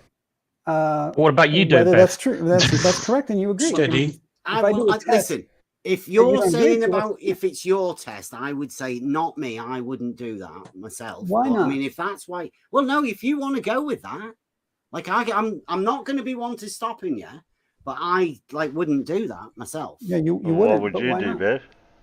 Because it doesn't seem accurate enough for me. You're using your eye and something down the other end. I mean, how would you establish that? How would I establish what? Your line. I would take 3 points, put them in what I think is a straight line, and then I would test whether they are a straight line by sighting along them. If they are not a straight line, it should be evident.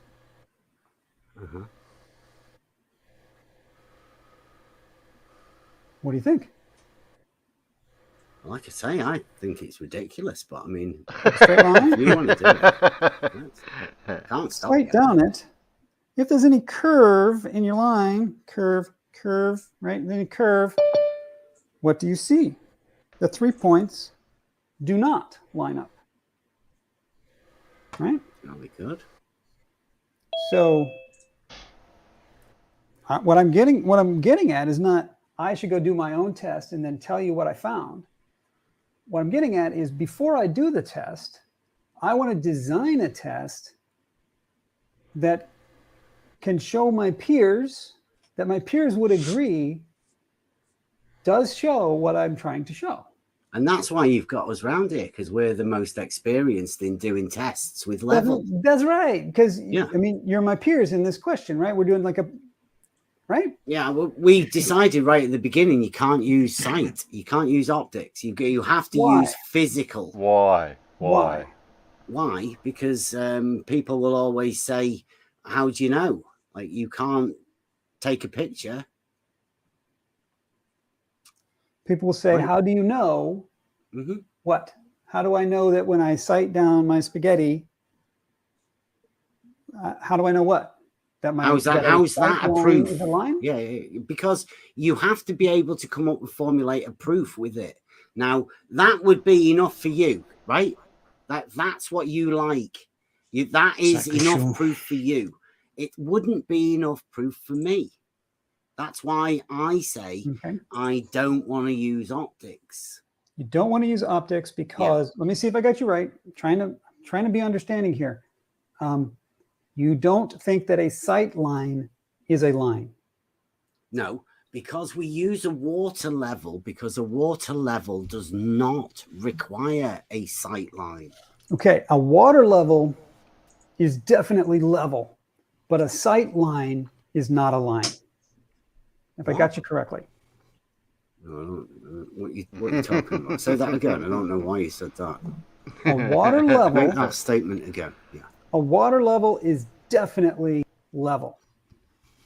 A water level. Yeah, it's in the name. A water level is a level. Okay, but a sight line is not a line. Well, it's a sight line. It's in the name. Well, a line being 2 points. your line of the sight. shortest distance between 2 points mathematically.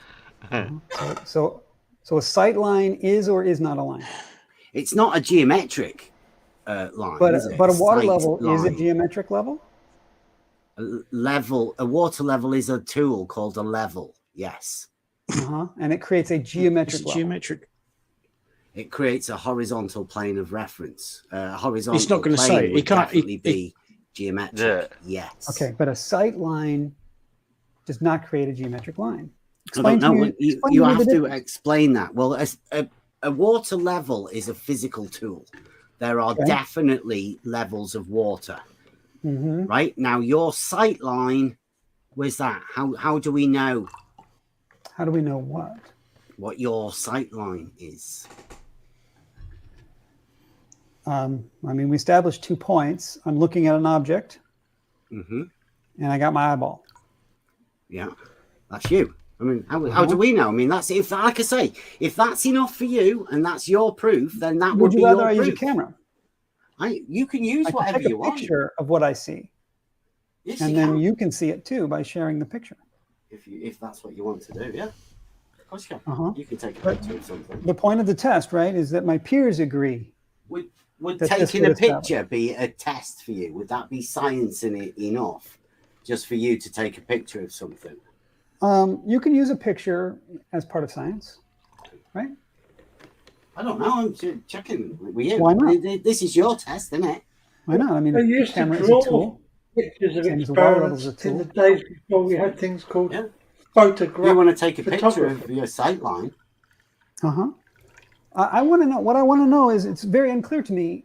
It seems quite arbitrary that you get to decide that a water level creates a horizontal plane without question, but a sight line doesn't create a line.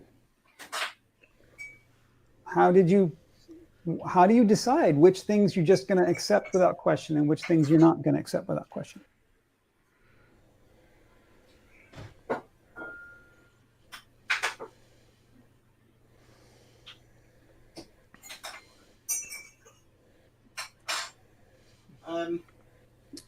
Why do you think I'm just accepting stuff without question? I mean, like, what do you think over these, let's see how many years I've been to college, I've done surveying, done building construction, I've served my time as a joiner, and then over the last 4 years, been working with Spot On and the next level on the level crew. Did he say a joiner?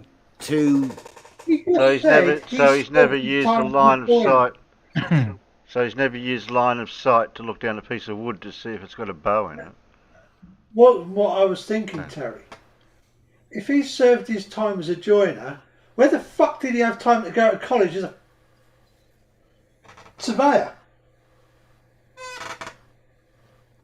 Because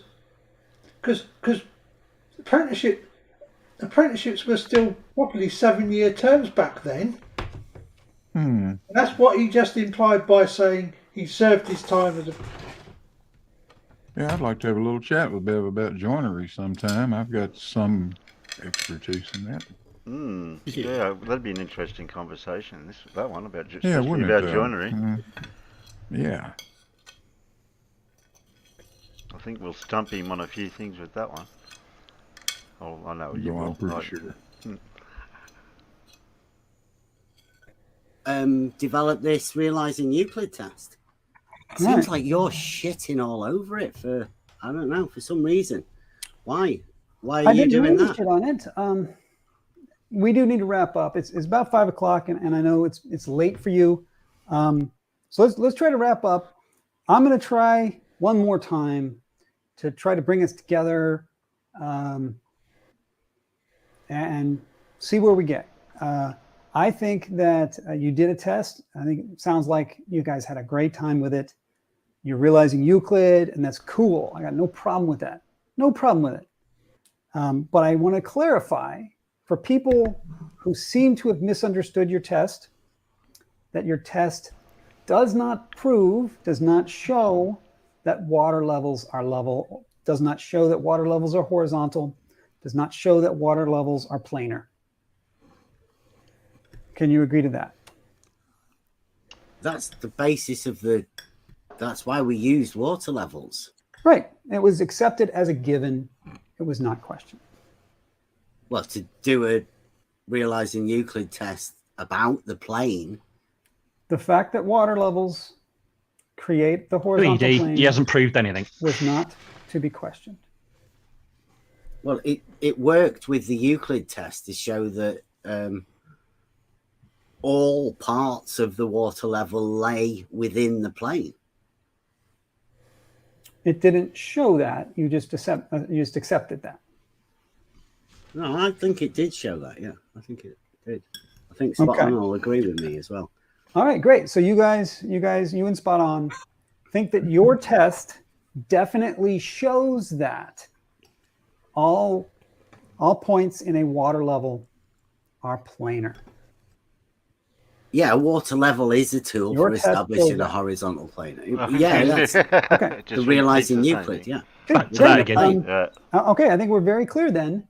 And then I would like to follow that up with, you have heard me say that it does not do any such thing. Mm-hmm. Am I the first person? I think I'm late to this party. When did you guys do this test?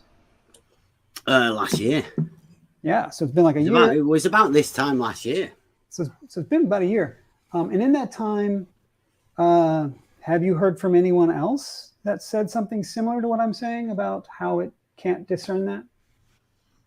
Well, we did have Sean G saying there is no effing hump, which I think you did say there was a hump. And he said there's definitely no hump. There has been people like you that say there's a drop, but then they sort of realize that vertical drop that's how water flows. I don't So think that that's does what I asked. sound a little bit. You did. You had a vertical drop measured. Where did you go from the question to that? I don't think that's the question that I asked. I think No. Rumpus has told you before something very similar to what I'm saying now, which is that your test is incapable of discerning whether or not water levels are planar. It's just Rumpus the realizing Euclid test. I mean, did Rumpus I'm tell you? really going to have to. Rumpus has said loads of things. Mainly, they're all nasty. So you don't really get much chance to hear much about Rumpus. Anybody besides me? Am I the first one who's ever suggested to you that your test cannot discern that? Cannot discern what? Whether or not water levels are planar. Yeah, well, I mean, yeah. Other people have said but most of the people that have actually been involved with the test agree that a water level is a tool for establishing a horizontal plane. That's why we use it. It would be foolish to not use a tool that establishes a horizontal plane in order to do a test, the realizing Euclid test, and bound that very plane. And you honestly, you're gonna tell us that that's not circular logic. A plane is not circular. You're not being. You don't see your own circular logic. That by using a tool that establishes a plane. Is a tool to create a horizontal plane. Mm-hmm. I used the tool to create a horizontal plane. Yeah, to show that no part of that plane, no part of that line can lie within the plane, and part of it without the plane. You used a water level to create a horizontal plane. A water level does establish a horizontal plane. And we use that. And then you measured that horizontal plane using a water level. Yes, shows a shared and then walked home and declared, I have proved that if I say rulers measure meters, so this is a meter, and I measure out a meter worth of spaghetti with my ruler, that's a meter. How do I know? Because rulers measure meters. Proven. What's the problem with my logic? I don't know. Would you call that logic? I'd call that circular. Would you? I wouldn't call it logic, would you? Well, it's bad logic. It's faulty. It's faulty. Same as what you're doing. All you got to do is replace ruler with water level, replace meter with horizontal plane, and the stick with your overlapping things. It's the same sequence. It's a circular sequence. And I'm struggling to see how anybody can't see that that's circular. You used a water level to prove a water level. Yeah. No. That doesn't. No, that's not what we were doing. Realizing Euclid. Yes, it is. But then you represented your test as if it proved the water level was flat. We used a tool for establishing a plane to show that no part of that plane can lie within the plane and another part of it outside of it. Right. That's great. As long as what you created was a plane, seems good. But if what you created was not a plane, the test would still come out same. So you're suggesting that if you made a potato chip, you should do a test to establish whether you think a water level, what it does. Because, I mean, it seems like you're unsure of what a water level is and what it does. What I'm trying to represent here is that I'm open-minded enough and imaginative enough to consider multiple possibilities, even the ones that I don't believe in. Even the ones that I think are not true, I can still imagine them, and I can design tests to see if they're true or not. Can you?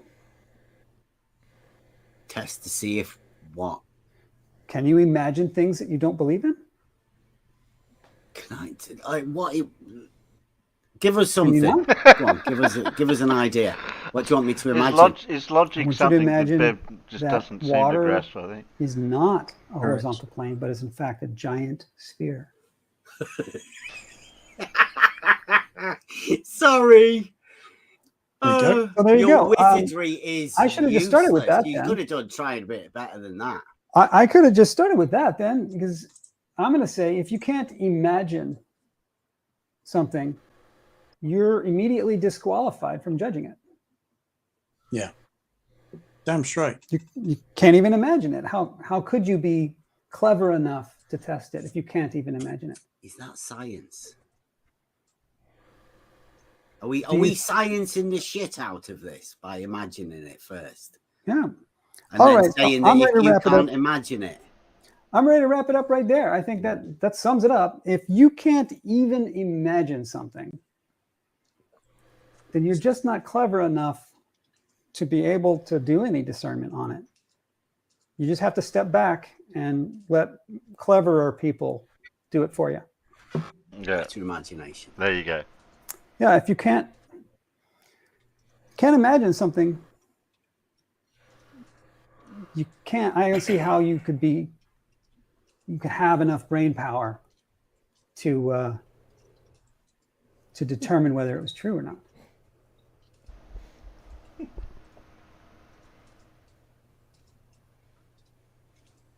And so there you are. Bev's got nothing. I honestly, I don't think that's fair. I think you're more clever than that. I think you can imagine it. Just doesn't want to admit it, maybe. You don't want to do the test. He's very dishonest. You clearly have not. Yeah, we have. We've done our realizing Euclid test. I mean, like you can do your test. We're going to be honest here, right? Honesty is important. Honesty is the one important thing here. You can believe whatever you want, but you're going to be honest. You've established, you looked over 50 meters. And then when I described the Alfred Wallace test, you represented that you didn't even know that that's how it went. That's what you claimed. So no, you haven't done the test. And anything else is a lie at this point. So, and I won't stand for it.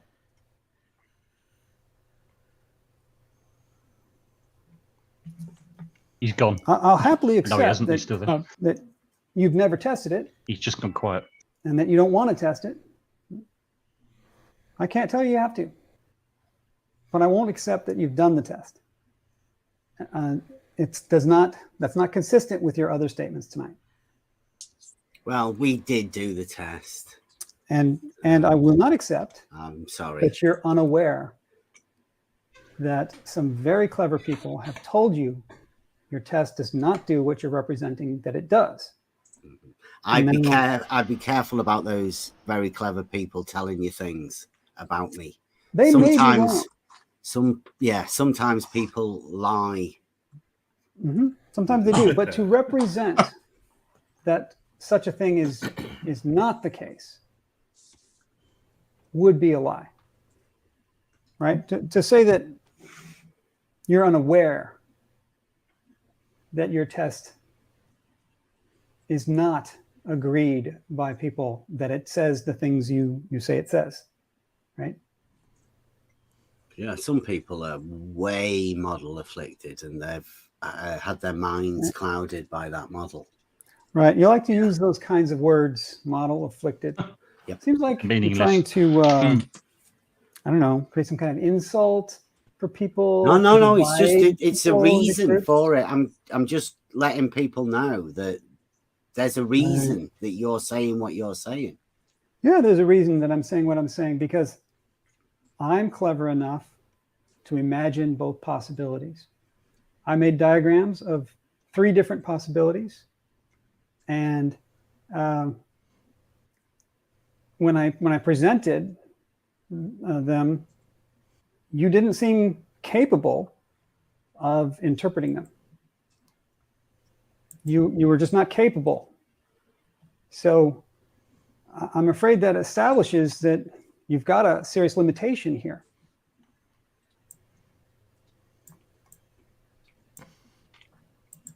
I've got a serious limitation. Your own words, you said you can't imagine it.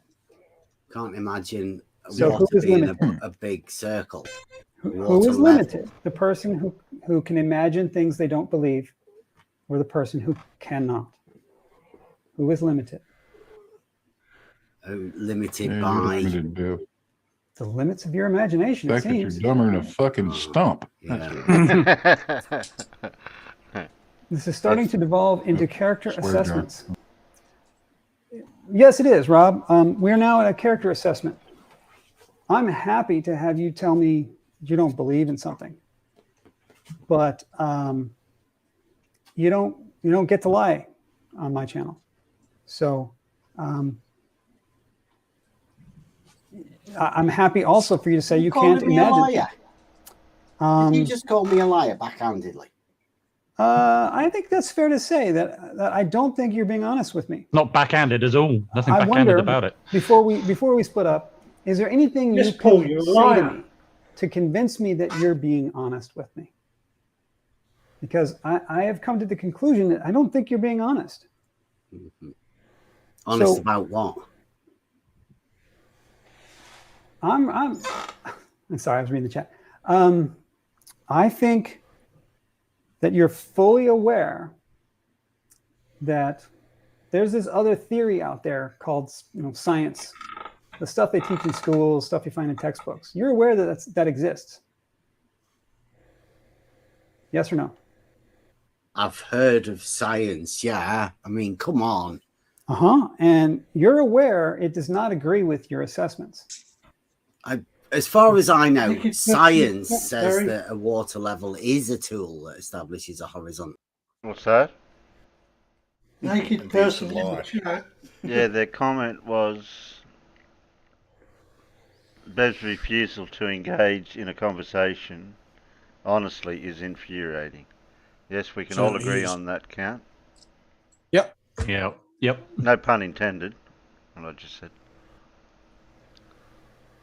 I mean, you said, are you just calling me a liar backhandedly? I mean, there was nothing backhanded about him saying that he's lying. He was quite open about it, wasn't he? Yeah. I mean, you spent the last 2 hours establishing that he hasn't been honest, and it's for most sane-minded people, it's pretty obvious he isn't being honest. Therefore, liar. What's backhanded about that? I don't. He's just an idiot. It's like when people say, "Oh, that's an ad hom." No, that was an insult. If I'm going to insult somebody, I'm going to insult somebody. I don't need to ad hom them. I'm just going to insult them. Yeah, you're an idiot. There's nothing in ad that's hom not about ad saying hom. you're an idiot. Yeah, Yeah, no, exactly. That's an insult. They're not the same thing. Tis the count can have a spanner if he's subbed. Yeah, if you want to call somebody an idiot, like Matt, if I was to call you an idiot, I'll just say you're an idiot. There you go. Yep. Exactly. Yeah, I mean, that's quite clear. There's nothing at home about that, is there? You know, it's That was right, nothing back okay, out. right, fine. There's nothing subtle. There's not an ad hom. There's nothing implied. He's calling you an idiot. Yeah. Yeah, exactly. Yeah. Yeah. Like this guy, he's calling Bev a liar because, as he's proven over the previous 2 hours, yeah, Bev's a liar. But we Well, all I know mean, that anyway. he's not. I mean, okay, yeah, I suppose he is saying you're a liar, but he's actually said you've lied. Yeah. He's not even saying that he would necessarily saying that he lies all the time, because if you say somebody's a liar, that means they lie all the time, right? Or implies it at least, necessarily, right? But Maybe he's basically, I think he's been quite polite, and I think he's been very patient, and he's come to the conclusion that he isn't being honest, and that's what he's telling him. You know, it's important to be truthful, and that's what he's done. He's just a bit more polite about it. By being truthful, though, that's the thing. Yeah. I think he's got lying so ingrained in his mind that it's all he ever does. Well, I mean, he because everything he's established with this conversation, if you can call it that, is I don't know, what has he established? Exactly. He's just not telling the truth. He's taken 2 hours to do that. It's pretty obvious to everybody. Yeah, I mean, you can tell he's lying because you can see how very, very careful he is to not say certain words. That's right. He's been very careful about it. And he was blatantly trying to lie or obfuscate from the fact of saying that optically a line of sight is not the same as using a water level, which is optical in its nature of seeing the water's level. Yeah. He doesn't want to do it. I mean, Bev's not going to be honest about it because he knows that it destroys his argument completely and utterly. It's gone. He's going to have to give up on it if he admits, to all these things. He hasn't done it properly. He hasn't done the test. I don't think he's done the test at all, not even partly. I think he's lied about the whole thing. It's not like you don't have to line the two sides of a water level up, is it? Optically, by looking through it with your eyes. Right. Or I mean, probably the most he's done, he's got his water level. He's got his mate to pulled it across a field somewhere. He said, "Does that look straight to you?" Yeah, all right. Okay, back up. Let's go. Without establishing or proving anything. And the water levels aren't designed for what he thinks they are, for what he's trying to do. They're only a two evenly spaced elevation points of elevation that are equal. That are equal at 2 points. That's all that water levels basically do. But he thinks that a water level can demonstrate Euclidean geometry and therefore the Earth is flat. Yeah.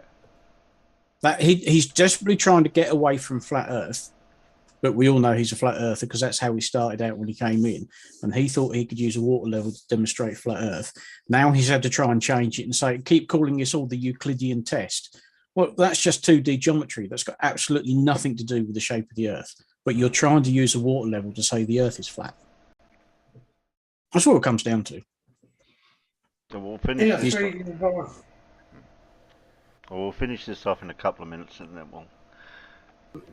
Yeah, he's just about finished now. Any shopper will tell you that you buy a water level, and it is a tool that establishes a horizontal plane of reference. Now, if it weren't, you could get trade standards for false advertising. So I'm pretty sure a water level is a tool for establishing a horizontal plane of reference. Now, I don't know who's told you otherwise.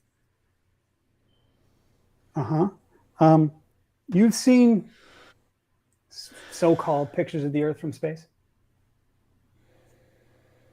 I've seen some, in films as well. Yeah. Right. And they show the Earth to be a spherical shape. And they show the Earth to be covered in water. Big E, yep. And you're aware that mainstream science, like it or leave it, teaches us that water on those oceans creates a big old sphere. A water level is a tool for establishing a horizontal plane of reference. He's not going to admit that, is he? Of course he's not. What? A yes or no question. For the oceans. The oceans aren't a water level. That the oceans of our planet are a sphere. This is what we're taught, whether you like it or not. Have tides. creates an almost perfect sphere. Yeah, and Well, when you look out and you see the true horizon, that's horizontal, right? You're aware, once again, yes or no question. You're aware that science teaches us, mainstream education, that the oceans of the earth create an almost perfect sphere. I've never heard anybody say that. You, sir, Oh, bullshit. are a liar. Liar. Yeah, you're I'll give you right. the Lies. last chance to say anything to make me believe you have not seen pictures that show the oceans and that they're a sphere. Yeah, but pictures don't override a water level being a horizontal plane of reference. So you're not honest. Or horizontals I being can't say parallel what's to the going plane on of the within the horizon. mind of another person.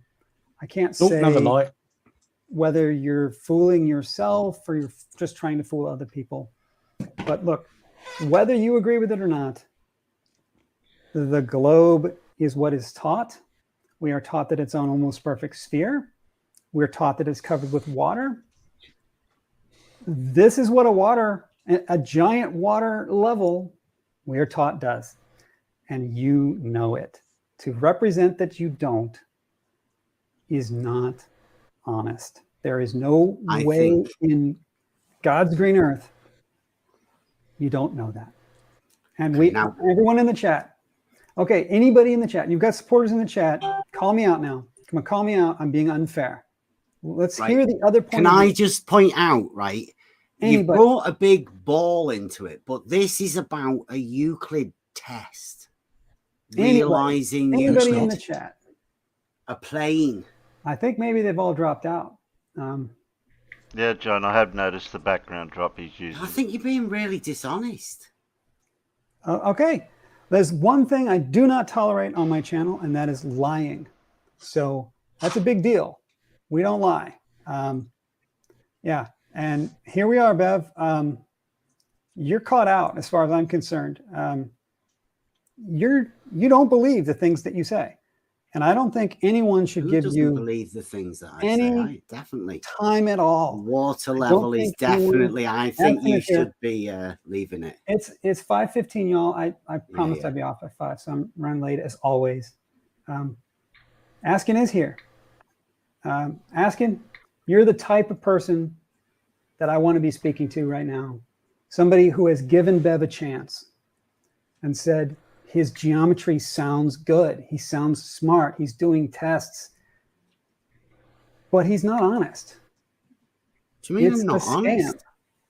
Everything that he's done is a scam, and I don't tolerate that. Yay. That's not something There you we should go. tolerate. Yeah, there you We are go. looking for Scam. truth. Needed Did to you say just that. call me a Needed to scammer? be said. Yes, you're Yep. a For scammer. what? Yep. How And have I- I Yep. scammed anybody? What was that? That's a Welcome. You are bad welcome. claim. That. Well, there was To a show that- What have I $4,000 scammed computer and people? a security system because of your e-begging, you dipshit. Wow. Yep. I didn't know he Which did how- that. how somehow or mu- the other- I don't know how does a computer help you protect your family, Bev? What? So he's got his community to pay for his computer, did he? Is that? Wow. Yeah, he Wow. did a He deal. went Most on of it- a Christian e-begging website saying that he was just trying to help teach his son, and that he'd been threatened by people. He was coming under threat, and he needed this money for a decent computer and a home security system. And as soon as he got his new computer, in the next few live streams, it's him playing computer games. Oh my Oh, word! wow. You can almost date it to the day when he went out and spent that money and bought a new computer, because all of a sudden he's talking to people whilst he's live streaming the video games that he's playing. So that's what he got the computer for. He got the computer so he could play video games, Because On live stream. who But he doesn't amongst scam us, people, no. who amongst us No. in the debunking community here in the UK has physically threatened Bev? Anyone? Hands up. I haven't heard of anybody threatening. I haven't. I don't know where he lives. I don't care. I don't know of anybody who's physically threatened him. But that was the excuse that he used to con money out of, generous and good-minded people in this Christian bloody community of ours. I'm just trying to see if I've still got the link to it, because he did get several £1,000s out of them. Wow. About 4. And did he get? Do we know whether he actually got this security system as well? Yeah, he probably bought a Who knows dog. about that? He probably got a dog. Here we go. The website is called Give Send Go. And in the end, he got £4,419. Jeez, you buy a $4.5 decent grand. computer for that. Yeah. Due to recent events and the intimidation tactics within the community, I feel the threats against me should be recorded.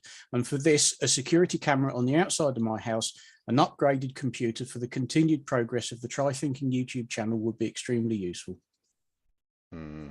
So what is he saying that Globers have been threatening him? He's just saying all he People within says the community. is threat, with the intimidation tactics within the community. Within the community. So that's what he's saying. He's saying that Globers have threatened him. Yeah, in the community could be is what he's anyone saying. from anywhere. Yeah, I know. Well, that's what he's implying So quite he's clearly. worried 'Cause about he's not me going to coming say over there and knocking on his door. Okay. Exactly. I don't know where he lives. I've never even spoken to him anyway. So nobody has. Oh, this is nearly, He knows where he is. This is nearly finished. Then we can Out talk of, more. please. Say anything to convince me What you're have I not lying. scammed people out of? Money. Do you not sell T-shirts? No. Oh, you don't sell T-shirts? No. No, it's DP that sells T-shirts. Okay. Then maybe But he it doesn't links to understand he your- shouts out your shows are not Domesticated monetized. Primates merch store. Yeah. You don't to get help super chats? to help the community, and he does sell T-shirts. All right, you heard it here, guys. Bev does not sell T-shirts. He does not have super chats. He doesn't have You've them been monetized. told by people that I haven't I looked. sell T-shirts. I do not sell T-shirts. Those people That's that have my told you mistake. that, people That's that have my told you that mistake. are lying to you. Okay, that's my mistake. On About your me. Discord, there's something called T-shirt memes. I probably misunderstood what that was. His mate sells them. T-shirt His memes. mate sells the Try Thinking T-shirts. Yeah, I watch he these doesn't. Rumpus people. says you sell T-shirts. I don't know. It's I do I'll not accept that. I'll accept sell it. T-shirts via another person. No. Yes, you do. Okay. All right. Rumpus, you're lying. here's an Listen, example. don't listen to these people, I can say. They're going to lead you down a bad path. Here's an example of how to see when someone's honest. When someone's honest, they say, I made a mistake. That's my mistake. I stand corrected. Bev does not sell T-shirts, y'all. He does not sell T-shirts. I said that. I was wrong. See, that's honesty. That's how you can tell when someone's honest. Okay? All right. I'll give you the last word, dude. Take it. I'm going to shut it all down. So, Okay. So this, all we came here for was the realizing Euclid test. For some reason, somebody else has decided that a water level doesn't do what it does. Because of that, I'm sorry. He's ended up calling me a liar. You are a liar. Thank you very much for having me. all right. Thanks for coming on. Despite everything, we had a really great talk for the most part. And I'm sorry, I cannot believe you. You got hellishly triggered at the end there. Okay. What? See you all. I think that's He it. just can't help himself. He's got to lie. He's just got to make shit up. He does, doesn't he? Wow. He really does. The only person I saw getting triggered was him. Yep. When he was called a liar. He's the only one that was triggered. I never saw him triggered at all. Anybody else see him triggered? No? Nope. Oh, Bev.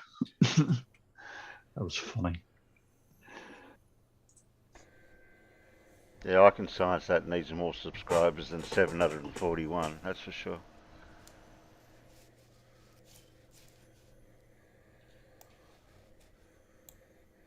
Yeah, he publishes a link to his Patreon, so yeah, you do get some money, Bev. So he can't deny that he's got Patreon. He can't No, deny that's that, right. I know for a fact he gets super chats. I'll post a link to his thing. I'm pretty sure his videos are monetized, right? I'm sure there's adverts on his videos. I'm not sure about that. No? All right, okay. He may not be monetized.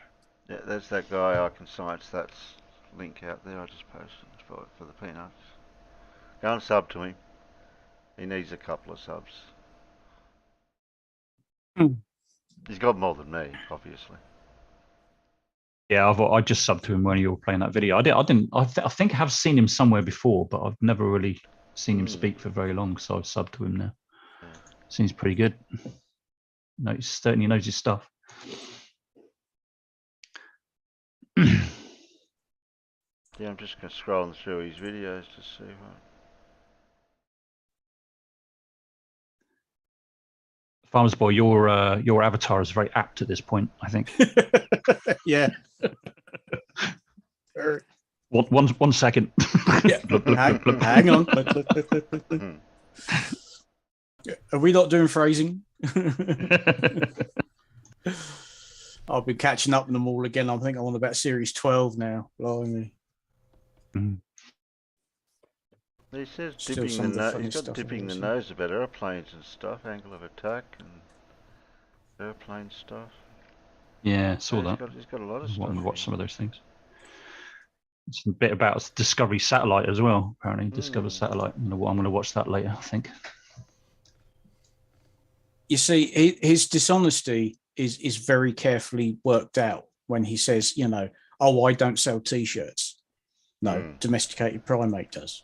Yeah. Because in the description of all of his videos, he shouts out the Domesticated Primate merch store to help to support the Try-Thinking team. So, yeah, it's like him saying it's not his Discord server, because it isn't. He didn't set it up. So he can honestly say it's not my Discord server. You know, he's crafty about this sort of thing. And as we saw there, you know, when there were those pauses, he was desperately trying to think of how to answer it, like you said, Matt, without saying certain words. Yeah. He will never give you a straight answer as to what he thinks the shape of the Earth is. I mean, he just showed it there, you know, when he's on about, oh, pictures from space, you know, it's a globe, water all around it. I mean, he just ignored it and said something else completely different. He won't touch it with a fucking pole because he's a flat earther, but he desperately doesn't want to be labelled a flat earther. Oh, he's got scam written all over him, isn't he? I mean, it's clear as bell to anybody, any sane mind. It's. Speaking of sane, Jose's out there. Boom! He's new as well. He's always new, Jose. What hashtag Terry needs subs? Yeah, and lots of money. I need to buy a new car. Oh, and a computer too. I may as well get a computer while I'm at it. Yeah, because you need upgraded computer and home security, don't you? Yeah, and a car too, so I can go and buy the computer. Terry, I'm gonna come over to Australia and beat you up. I was going to say, I'll help you out. I'm going to come whoop your ass, Terry. There you go, the security system. There you go. Now you weigh 4,500 pounds. Got that before you blew. I just have to buy a bigger dog. But of course, we must all also remember that they're devalued Aussie dollars, so you'll need 9,000 of them instead of 4.5. Yeah.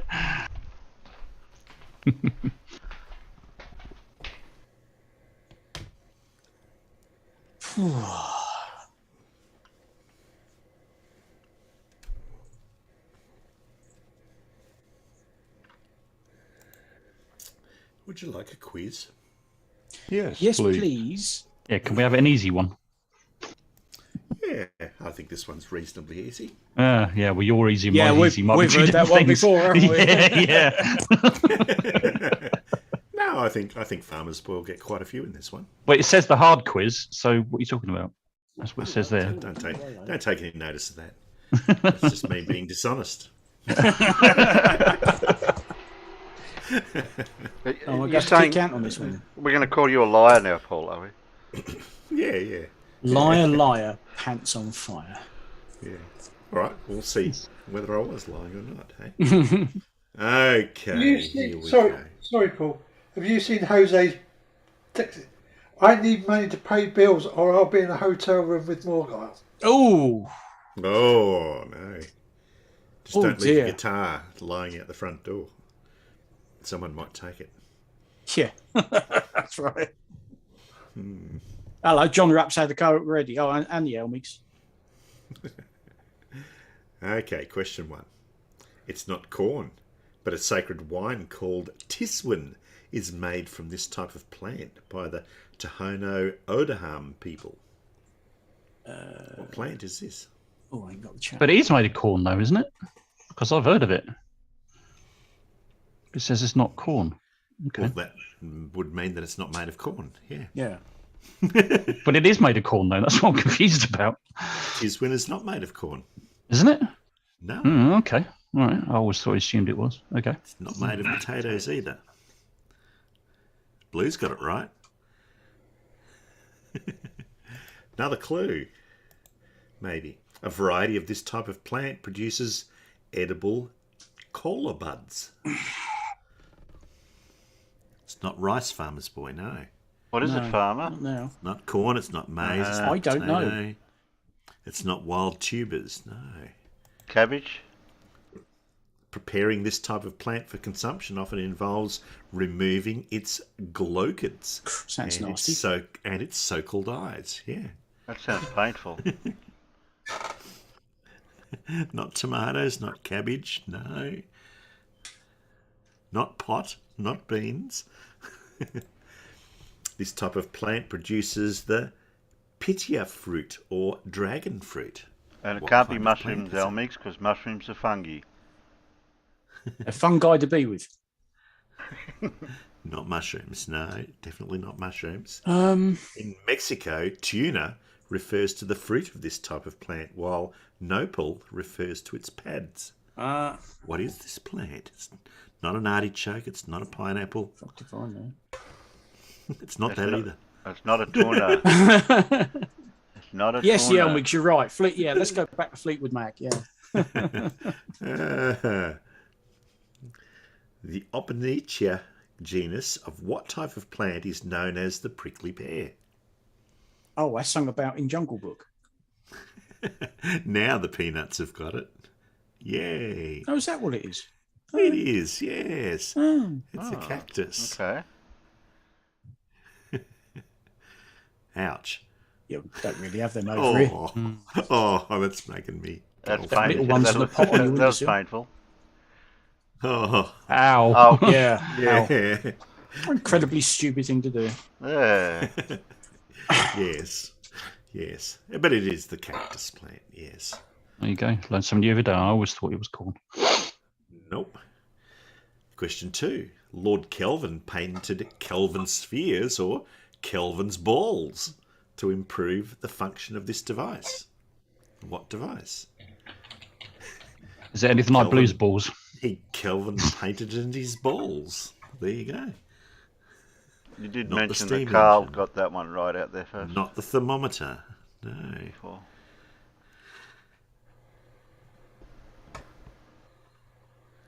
Not a ship's clock. No. Not a hydrometer. No. Flavio Gioia introduced a fleur-de-lis design for this device, adopted in medieval Europe. What kind of a device was it? Not a thermometer. Not Kelvin Klein. Kelvin Klein. Oh, I went Kelvin Klein's. Yeah. Not Kelvin's duh. Not a steam-driven sex machine either. No. Early versions of this device were used for geomancy, and along with paper, gunpowder, and printing, comprised the 4 great inventions of China. What is this device? It's not the Cavendish experiment, no. No, I get money, Gary. Me PayPal's in the bottom Not of the turbine. thing. Just send me money. Don't send them money. Yeah. Not a density measuring thingy, no. In the medieval Muslim world, the dry variety of this device was used to find the Qibla.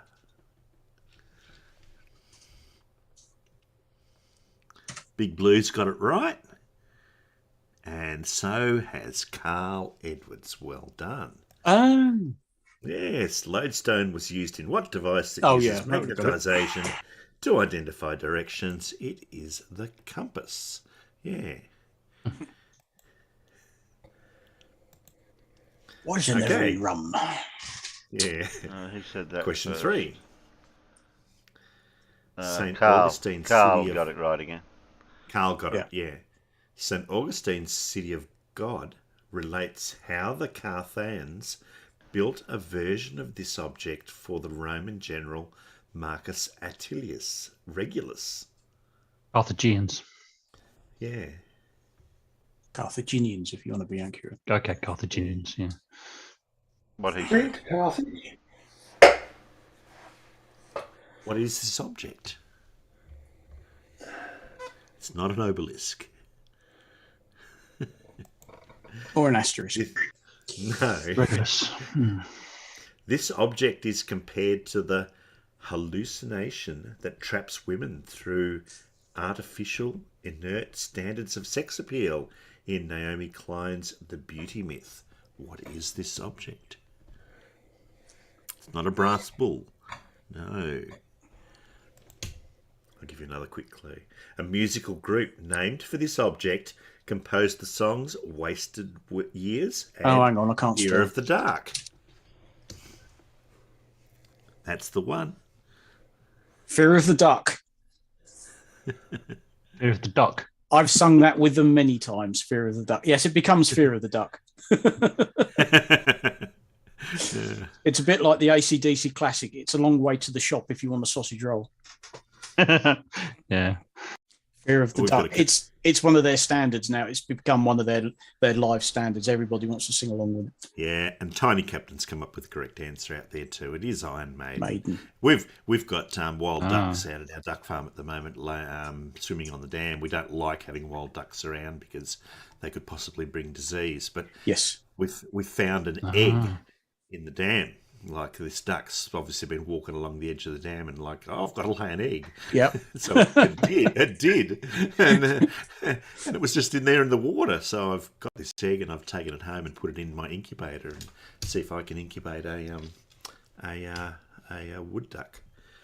The rest of the clues were that British heavy metal band takes its name from what mechanical torture device? That would give it consisting away of for a me. nail-studded cabinet. It was the Iron Maiden. Maiden. The Omix was first with There that. you go. And that thing wouldn't just torture you. I think it would just kill you outright, wouldn't it? Just be slamming them shut. You're dead. Yeah, well, it might take you a short time. I think that was the Yeah. thing. You were True, going to die, yeah. but you're probably just going to exsanguinate, you know. Yeah. Question 4. It's not meant to be long enough to actually penetrate through to the vital organs. Yeah, exactly. Oh, that was designed for... Okay. Yeah. Yeah. A physician working in this city pioneered the use of foxglove to treat epilepsy and dropsy. Which city? Not Rome. No. Oh, I can't even pronounce what Dora wrote there. No, it's not that city. Oogadoogu. That Oogadoogu. famous Oogadoogu. Where the hell's Oogadoogu? Not Athens, not Venice, no. Or Nottingham. A mob targeting religious dissenters burned down Joseph Priestley's house in this city. Not Edinburgh, not Jamaica. Is Jamaica a city or a country? It's a country. But Jose is geographically illiterate, and he'd be the Yeah. first to admit that. Not Paris, no. Joseph Chamberlain entered politics by serving as the mayor of this city. What city is it? It's not Salem, nor France. Got him at it as well now. Yeah. This city's Upper Priory cotton mill was the first mechanical cotton mill in the world. What city? Not Bristol. No. Not Alexandria. No, not Worcester. Worcester. Worcester, yeah. It's not Worcestershire. I'll say it Worcester. I was there on No. Tuesday. I was at the Lidl store in Worcester on Tuesday. Yeah. If you turned up in that town and said Worcester, they'll look at you funny and know that you're American or Australian. Yeah. It's like when people come over here and call it Melbourne Melbourne. or Brisbane Oh yeah, Brisbane, Brisbane. Yeah. What's wrong with Brisbane? Yeah. Is mine anywhere close, Paul? Not Halifax, no. No, a namesake lunar society of intellectuals met in this city that was the epicentre of the Midlands Enlightenment. What city? Midlands Enlightenment. So Not okay. Nottingham. No. City in the Midlands. That should be narrowing it down for you, though. Yeah, you said not Birmingham, not Nottingham. That's the one. That's the one, Farmer's Boy. Thank you. Yes. It was going to be one or the other. If it's Midlands. Yeah. Name this second most populous city in England. Well, that gives it away. Just give the peanuts a chance. Yeah. It's not Scotland. He's still at it. We Jilly Jocko land. In the middle of the Midlands. Yeah. Yeah. I feel like a baby. I need a baby to eat. Baby, get in my belly. Get in my belly. Alan's got it right this time, but the peanuts don't seem to be getting this one. So God, Trent, come on. Oh, I wonder if you can see the hospital I worked on. No, not quite. Oh look, Is it's that the the right ball city? Yeah, it's the boring. Yeah, you got. Yeah, it doesn't go out as far as the university, which is where the next to the hospital I work on. And you got it right. Biggest Doggers has got it right. It is Birmingham. Birmingham. I thought somebody said Birmingham earlier on, didn't they? Or did they? Maybe not. So. No, okay. Question 5. This novel begins with a man emerging from a transfer booth in Beirut while trying to extend his birthday by constantly switching time zones. Yeah. Which novel is this? I don't think I've read this one. Oh, I think you probably have. You reckon? Yeah, I reckon. It's not ring. It's not ringing any bells. Ah, okay. A woman in this novel has been selectively bred to be extraordinarily lucky by a race who consider bravery to be a type of insanity. Which book is this? It's not the Bible. No. Oi, Elmix, behave. I don't just read about World War II, you know. Well, It's not The Wizard of I think Oz. I might be able to guess the author. Ah. Well, you can have a go. You can tell me the author if you like, and I'll tell you whether you're right or not.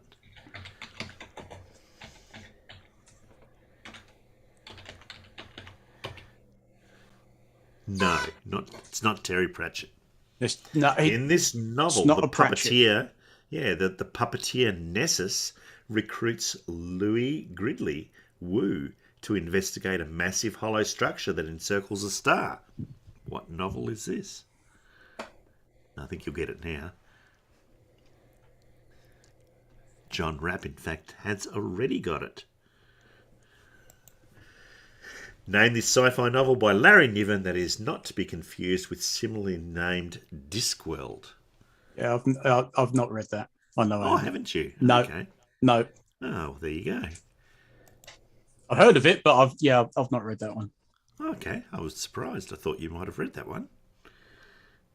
Maybe I ought to, but I just no. That one's just passed me by. I must admit. Yeah, it is Larry Niven's Ringworld. Yeah. Well done, John Rapp. Yeah, well done. Question 6. A woman of this name ordered the death of the preacher Desiderius of Vienne after he accused her of incest. What name does this woman have?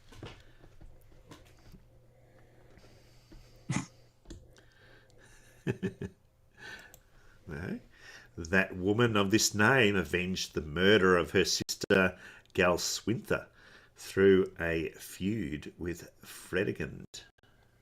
Blimey. Who is this woman?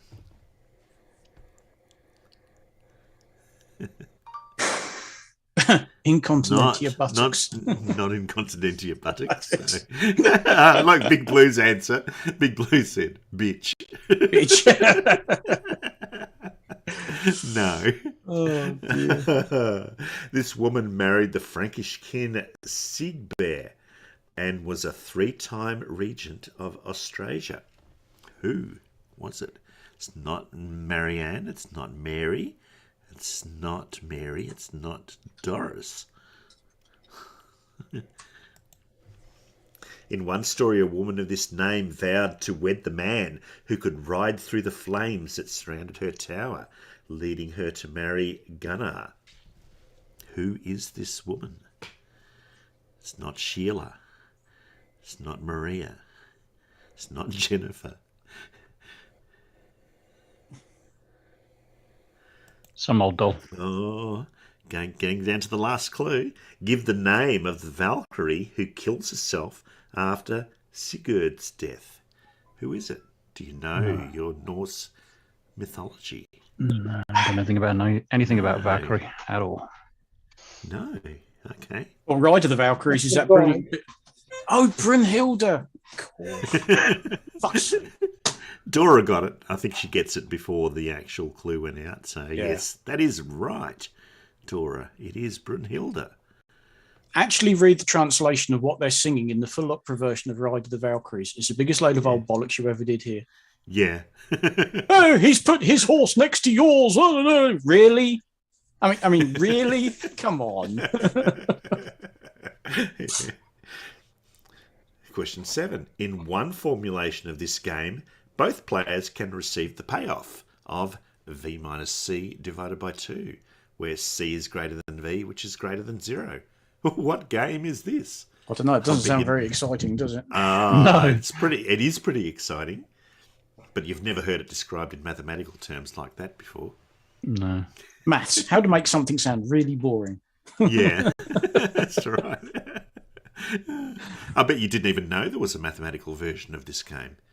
You just probably know it by something else. Well, mathematicians will always find formulas for every game, though, wouldn't it? You know, Yeah. chance and everything. So, you know. It's not Monopoly. It's not Battleships. No, this game is equivalent to the Volunteer's Dilemma, involving only 2 people. What is this game? Dilemma. It's not Russian roulette. Not 2-up. Not checkers. Not cricket. Not go fish. That's a very Australian answer, isn't it? Yeah. 2-up. Bertrand Russell compared this game to the brinkmanship of the Cold War era. It's not strip poker either. No. Not 2-man cricket. Not Fox and Hounds. No. Squid Game. Not the Squid Game. No. That's not what Clive said. Has Clive actually said something? Is Clive even here?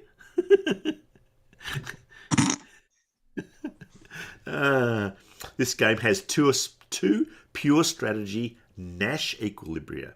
Swerve straight and straight swerve. That should give you a hint as to what it could possibly be. Not nuclear war. No.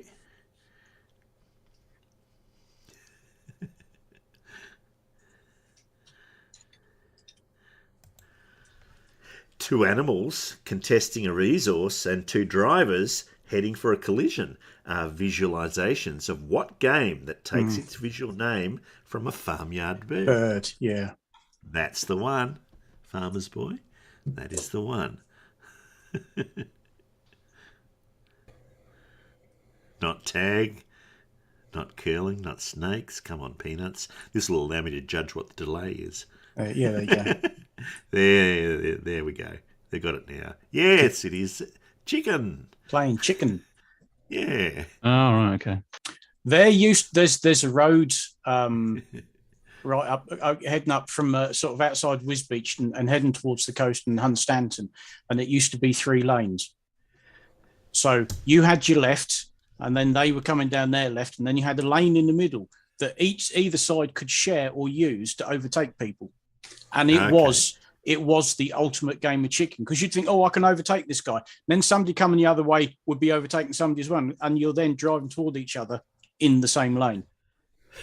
and it was there for years. And it's now gone, and it's now just two very wide lanes. But yeah, there was a lane running down. I can't remember which road it is, but it's from Wisbech heading towards the coast. And yeah, it was the ultimate game of chicken. It was fucking scary. What's that, Alan? A10?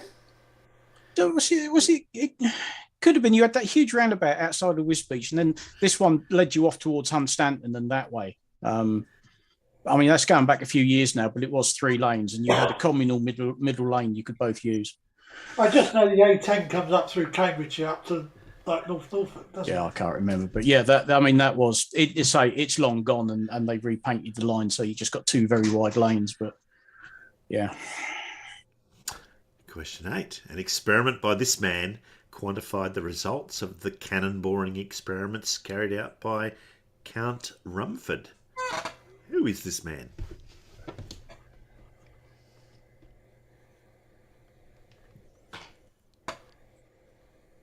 No, Elmigs, the A10 is a road.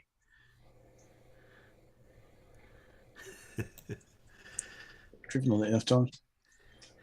In a probably apocryphal story, this man spent part of his honeymoon at a waterfall near Chamonix, measuring the temperature difference at the top and the bottom of the cascade. Who was this man? Well, Jose's given up. It's not the Rumpus. Although I would imagine him doing that. Oh, he's got to take a shower. It's Saturday. Oh, okay. Yeah. This man claimed to be able to measure temperature changes of 1/200th of a degree with a setup involving weights, pulleys, and a pedal wheel inside a container of water. Who is this man? It's not Phil McCavity. Phil McCavity. Monsignor Coriolis? No. Don't know.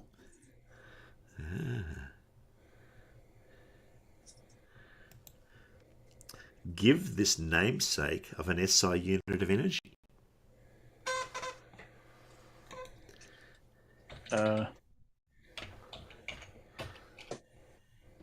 Not Kelvin, that's temperature, Alan, not energy.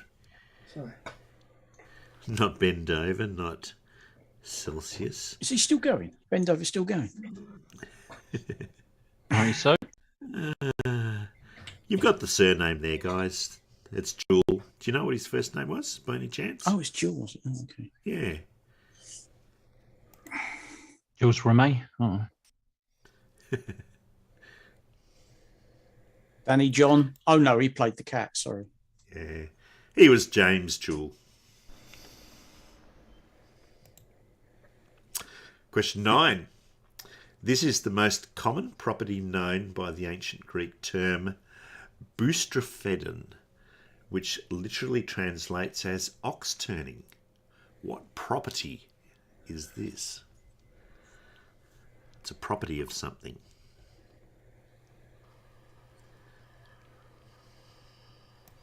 Another quick clue. Most scholars believe that Rembrandt committed a historical inaccuracy by changing this property of an element in his painting, Belshazzar's Feast. What did he change? Not cow tipping.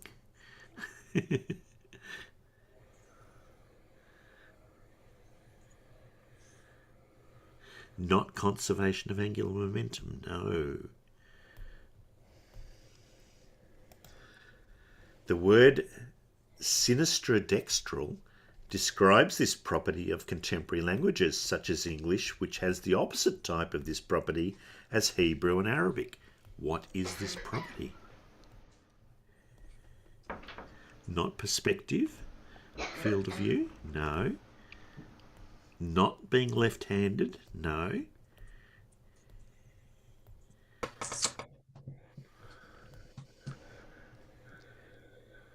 Not mirroring? Dora's kind of got it. Give this property, which in Mongolian scripts is top to bottom.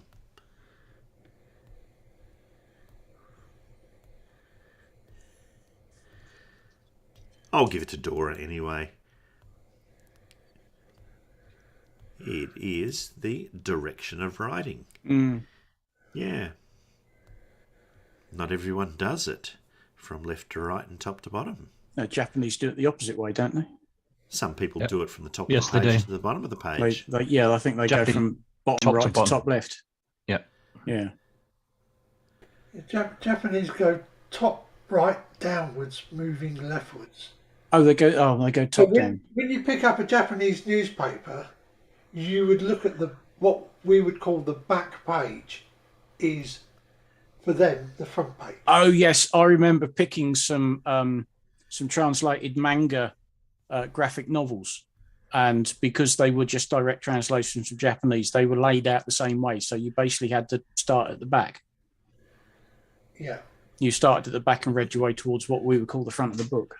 Yeah, going down and left. Yeah, very strange. Even more so once it translated into English. I hate to think. And we'll finish off with an easy one. Alan Stern and Harold Levison classified some of these objects according to the inequality of lambda is greater than 1. What are these things? Small off-duty Czechoslovakian traffic wardens. No. No. No. A doubling function predicts the distance between these things according to the now defunct Titius-Bode law.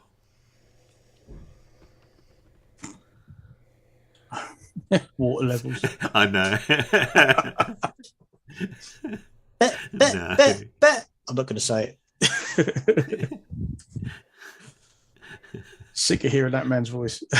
Oh. Titius. Titius. Yeah. Isn't that normally pronounced Titus? Or Titius. No. Because it's got an I in there, Alan. Yeah.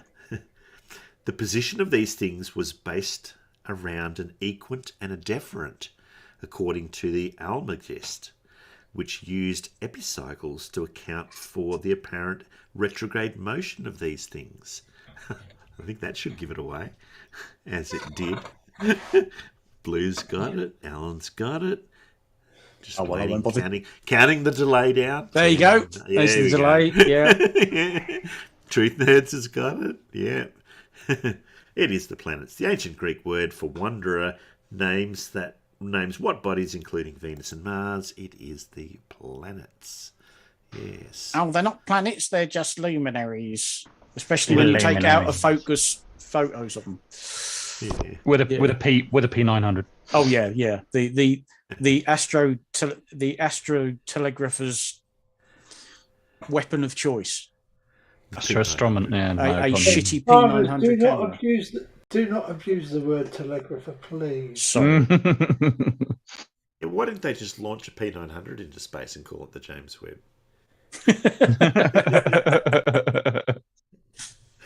Oh, you left it on autofocus. Yeah. Why can't you turn it around to the Earth so we can see the ball? Oh God!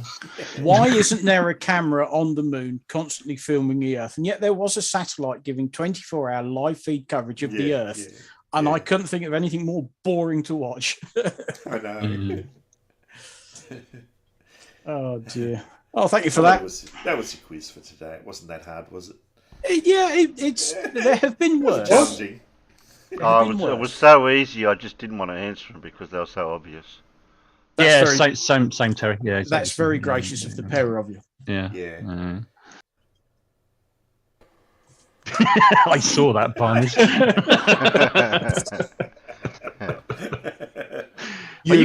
Are you accusing me of lying? Are you saying I'm a liar now? Yep. Oh, will you be right? Yeah, but you've got to say the word, you're a liar. Liar, liar, pants on fire. Good enough. Yeah, I was lying. Now I'm being honest. I was lying. Hey, Matt. Yes, Terry. I heard a rumour that you're a liar. The rumours are correct. I lied just a minute ago, so therefore I must be a liar. if you're a liar. We can't believe you telling us that you're a liar. I know. So you must be not a liar. That's a quandary, isn't it? Is he lying about being a liar? It's a paradox, isn't it? Am I really a liar, or am I telling the truth?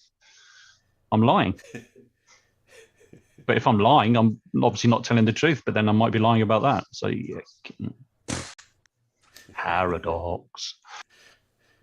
Nah, it's just called bollocks. Yeah, true.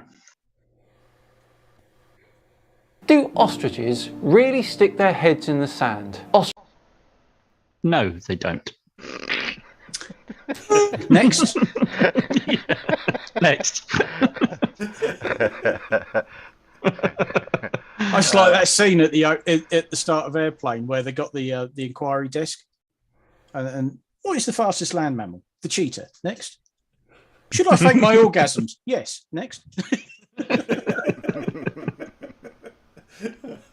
I must watch those films again. They're just so funny. There's so many clever little bits that are slipped into them. Oh dear.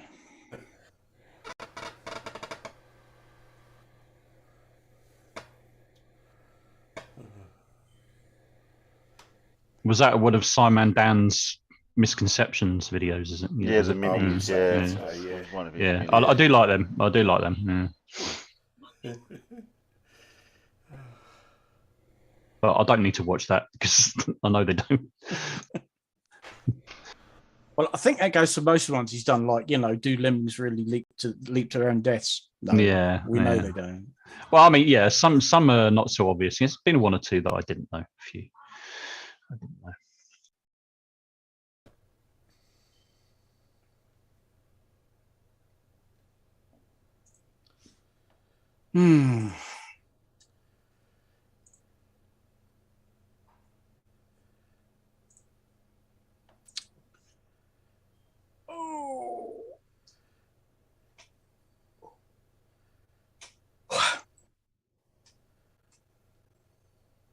Did you know, according to Pete Shea, oh God, I knew you'd say that, Farmers. Oh God, show your face. Show your face. Apparently, you can't draw multiple, or you can't have multiple lines between 2 points. Said it's impossible. Yeah. The Look on Farmers Boys says it all. You're drawing it. There you go. Exactly what I was trying to describe to him. But apparently the curved lines must have multiple points. Apparently. I don't know how. I don't know. They start at one end and finish at the other. Yeah. Ooh. They could even go wibbly wobbly, wibbly wobbly. It's still a line. But apparently, according to him, once you break it down, there has to be multiple points in it. Like, why? But he couldn't explain why. Well, in that case, a straight line would also have multiple points in it. Right, exactly. Yeah, that's pretty much what I said. I said, well, why can't a straight line then? He says, because it's one straight line. What? But I mean, the straight line is just a special case. It's MX plus C. Yeah. But it was hard to have a conversation. Well, it's not really a conversation. It's just him wittering on. But it's him wittering on. Then you got Johnny interrupting and wittering on because he has no clue what anybody's talking about or what he's talking about. And it was kind of like you didn't really get to the bottom of what he was on about or trying to. Not entirely sure he knows which planet he's on at any given time. No, he's that one. He's drunk half the time anyway. Half the time. Okay, all the time. It's better. Mind you, if he is sober, you can't bloody tell. So there's been a couple of times when actually I've seen him on, and he sounded sober. He started to make a bit of sense, but it's still gibberish. But I suppose it's the first time for everything. Yeah, there's been a couple of occasions, but most of the time he's drunk. Yeah.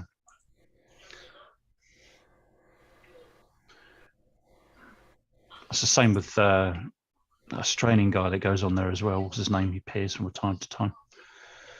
He's always drunk when he comes in. I can't think of his name. What, Jezza? Jezza, yeah. The Australian helicopter. He's not pilot. Australian. He's Kiwi. He's not. Oh, he's Kiwi, is he? He's not Oh, Australian. Sorry. Okay. I'm sorry. I apologise. Okay. Terry, is there a sin bin you can put Matt in? Yeah, I can. It's like us saying, no, he's Welsh. Yeah, I'm sorry. I fixed him. I've unmuted again. I can unmute myself. It's not like being in Gem Panda's Discord when Gem's not there. You can't mute me forever, so I'm afraid. Sorry. Careful, or I'll put you in the waiting room. Oh yeah, Farmer's got powers too, Matt. So watch out. Yeah, careful. Yeah, I know. Yeah. Matt, you're safe. I'm not CB. That's right. Yeah, CB. Yeah, he just mutes me for no reason. He doesn't like us. All he wants is the nonsense. They want 24-hour bullshit on there. But it's funny. Who's CB? It's funny, but as soon as Gem Panda appears and he's talking, it doesn't happen. He doesn't do it because he knows he's going to get caught out. Now, that conversation we was having yesterday about making models, if Gem hadn't been there, we'd have both got either muted or put into a different room. Absolutely. Yeah, without a shadow of a doubt. Yeah, without a doubt. Who's CB? Was it Jezebel? Is he called his No. He keeps Jezebel. changing his bloody nickname, but he is based. It's just trying to see if he's in at the moment. Yeah, it's Captain Bullshit. He's in there a lot, and he's always serving muted. But he's the mod who'll just for no reason at all he'll mute you. Yeah. And he'll give no reason for it as well. Yeah, you get just no reason for it. He won't explain. He won't say anything. He just mute you. He's actually worse than Chemo for that. I find. Yeah. If he thinks the conversation's boring, like you go into Gem sometimes and nothing's happening, and you just start having a chat, and then some nutter comes in, he'll mute you because all he wants is the bullshit. He wants the nutters. Yeah, and they can interrupt you mid-flow, anything at all. If you dare do it, he'll mute you. You mean It's somebody not exactly like Demok can even get the rattle on from what? Demok, Jin's the worst. Jin will just talk and talk and talk. But if you try and get into somebody else's, if you wait your turn and then jump in, if CB doesn't like what you're saying, he'll just mute you and say, "Oh, you're a boring, whatever," you know. I literally, like day before yesterday, I literally said one sentence, and I was responding to a question, right? And guess who was there? He was there. CB muted me. I said one sentence because I was asked a question. Like he really doesn't like you. It doesn't. No, I know he doesn't. It's because I've called him out. That's why. That's why he doesn't like me, because I've been calling him out, and he doesn't like that. So he's taken a vain dislike to me. Oh well, whatever. I just wait. I use most of the time. I just wait until Gem's there, because then I know I'm not going to get muted, because he won't do it, because he's going to get called out if he does. Yeah, and he knows it. Moron. A lot of the time, I'll just be muted anyway because I'm just listening because I'm working. Yeah, particularly first thing in the morning. No, I find about mid morning is when Gem comes in, and then you're pretty safe. You can say anything you like because Gem's there. It all started off. The reason why he didn't like me was because he muted Bob, the science guy, for no reason whatsoever. So I called him out, and so if you did others as well. And ever since then, he's just taken a very, very hard dislike to me. It's like whatever, because I caught him out. That's why.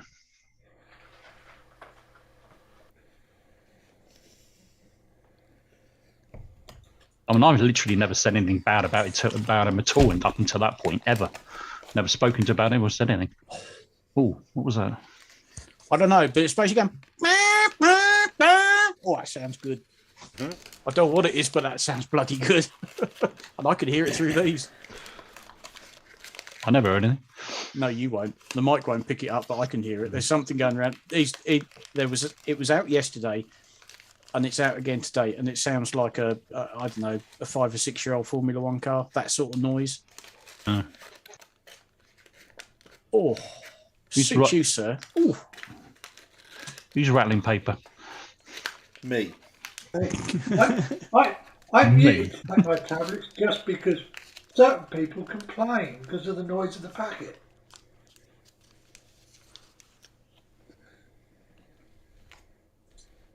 Just trying. I'm sure there's no racing on this weekend. Just in case the Peanuts wondered why Clive was timed out. I just took a screenshot of what he said. I saw because I thought, what'd you time him out for? So I clicked on it to see what it was. And went, yeah, right. That, yeah. Kiwi, Aussie, same thing. So, Ooh. oh. That's fighting talk. That is. That's like saying the English, the Welsh, and the Scots are all the same. Ooh. Ooh. About that comment about Demok is muted most of the time these days. He really is. I think it was one day last week, or it might be the week before, and somebody said, "Go on, Jem, unmute Demick." So Jem said, "Right, I'll unmute you for 5 minutes." And we just had 5 minutes of Demick being Demick. And he said, "Right, there you go. Click. 5 That's minutes 5 up. minutes." That's it. Basically 5 minutes of him screaming and assaulting everybody. That's it. Yeah. And repeating the same thing over and over and over and over and over and over again. Oh yeah. What was I doing? Oh yeah, that's right. We're all retards. We're all what's the other words he likes? Faggots. What else? See you next Tuesday. Yeah, he just mixes them all into one sentence. Yeah. He smooshes it all together, does he? Yeah, he does. Literally smooshed. Yeah, into one, just like verbal diarrhea. It all comes out. And then the next day he'll intersperse the same words, insult words, with something else that he is demanding that Globers do or should do, which makes no sense. Idiot. Continuous profanity generator is all he is. Yeah, pretty much. Jin was kicked out of the server the other day. Yep. Did you hear about that? Oh. Yeah, Jin was kicked out. I was listening to it. That was that yesterday morning? I think it was. Yeah, well, yeah, it was when you and I were on. Yeah, Yeah, shortly after that, wasn't it? Yeah. Oh, did I miss something? Trusno said Farmers is going to get booted. What happened? What? I don't know. I must have missed that one. Farmers going to get booted? No, not Farmers. Jin. No, in the peanut gallery, there's somebody. Oh, okay. Back further. Trusno said it. Trusno said Farmers is going to get booted. Yeah, I must have missed that conversation. He must have heard something Terry didn't. Yeah, what did you say, Farmer? I have to rewind the stream now. Matt is going to fill Terry's swear jar. Oh, thanks, Matt. Well, if anybody's going to swear, it's likely to be me, probably. I think. At least it's not every other word. What's his name? The guy that comes on here sometimes. He has been on for a couple of episodes. He sits outside under his pergola. He got a new desk. Limey. Yeah, Limey. Yeah, Limey. Oh, yeah, Limey will. Limey thought he could prepay, and I said that doesn't work that way. I think he's still got credit there. Actually, I've just remembered what Truth Nerds is on about now. Because of course I did call Jezza an Australian, didn't I? Oh. Hey, was it you farmers that was complaining about Netflix not having a way of removing the continue watching things? Yes. Well, they do have. Do they? Yes. If you go to your continue watching list, and you click on the thing, there's a thing down there for remove from continue for watching. Yeah. Oh, thank you. I'll have to have a look at that later on then, because the number of times I think, oh, that looks a good film, and you start watching, you think, oh, this is crap. This is shit. Yeah. But it even puts the movies on there that you've literally ended it before the credit when the credits start rolling, and it's still got continue watching. I thought, and it's got I've watched it. Yeah, that is the only gnawing part. I don't mind the rest of it. Oh, yeah. So there is an option there. There is an option there that you can go and click on and remove all the things. Because I've got quite a long list of continued watching. That's like, I'm not going to continue watching it because I've already realised I don't like it. And you don't have to go and fast forward it to 1 minute before the end and watch the last minute. What I have been doing, I mean, if Jem's server is just full of nonsense and I'm sat here working, then I will watch a film on one screen whilst I'm working on the other. So I've got through quite a few recently. I think it's Ryan Gosling, The Grey Man on Amazon. No, utter tosh. I kind of like it because it kind of reminds me of the films that are shit that I don't want to watch. So, like, oh yeah, I remember that one. That was shit. I Not will gonna never watch watch that film again, and I've already pretty much forgotten most of it. It's just, Can Blue but it's say, a shame because it's like it looked like that could be a good film, but Mark Byers had put a comment there. I wonder if Blue's able to do it in an accent that's relevant to the comment. Any good, Blue? Blue's AWOL. Everyone's saying I found him. Found who? The Invisible Man. I don't know. Did I miss another conversation? Yes, I've been catching up on my films, and it's like never watching that one again. Never watching that one again. Yeah, never watching that one again. The Grey Man, Jurassic World Dominion. I haven't got a good Might be, copy of that.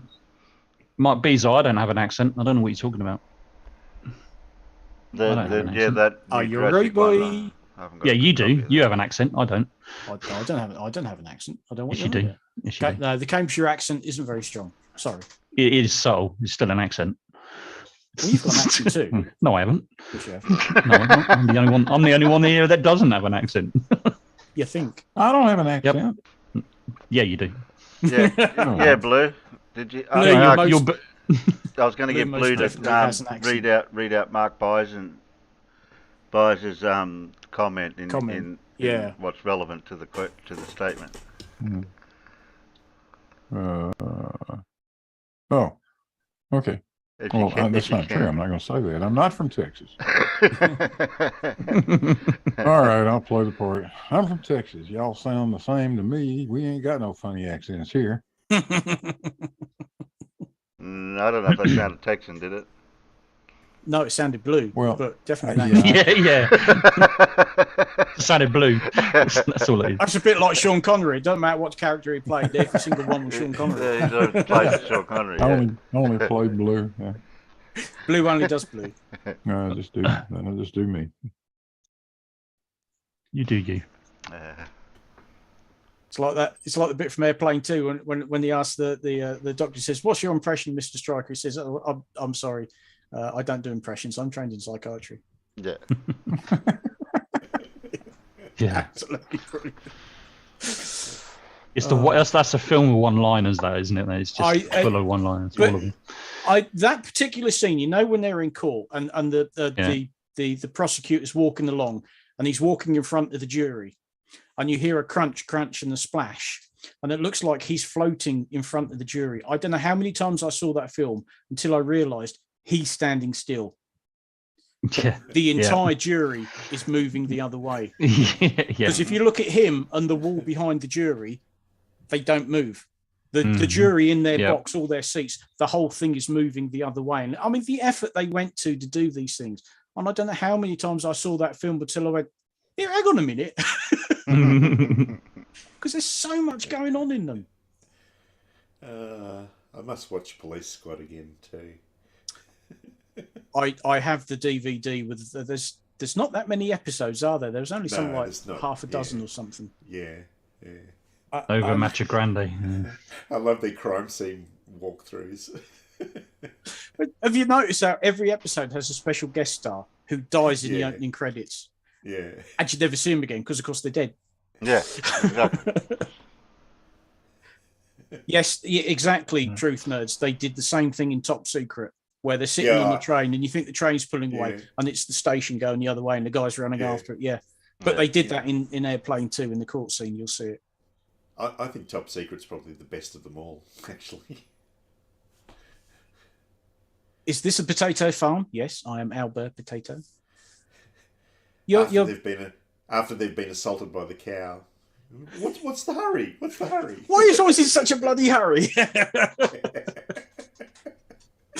Oh, Irish Stew said a true thing as well. The Hunt for Red October, Scottish Russian. Yeah, it's true enough.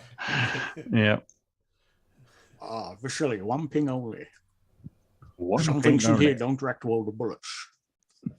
I mean, watch him in what's it? What was the one with Costner in it.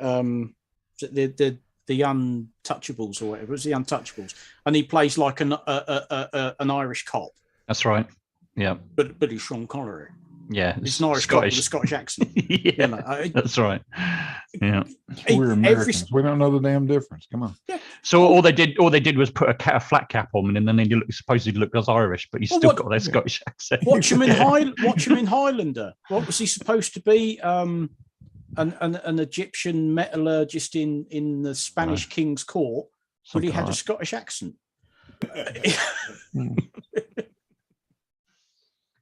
And in fact, the guy who was supposed to be playing a Scotsman didn't have a Scottish accent. Christopher Lambert, I think he was French, wasn't he? It's just. And you got Mel Gibson in Braveheart trying to do a Scottish accent as well. Oh God. Or the finest accent of all time. God bless you, Mary Poppins. Oh dear. Yeah, it's something really only that I think that the British are very good at it. Matey boy who played Dr. House. Name. Wasn't Gibson from Australia? I got that mixed up. Mel Gibson was, yeah, he is Australian. Yeah. Okay. Because when they first released Mad Max, and particularly in the States, they got them to redub most of the voices because they said the American audience wouldn't understand the Australian accent.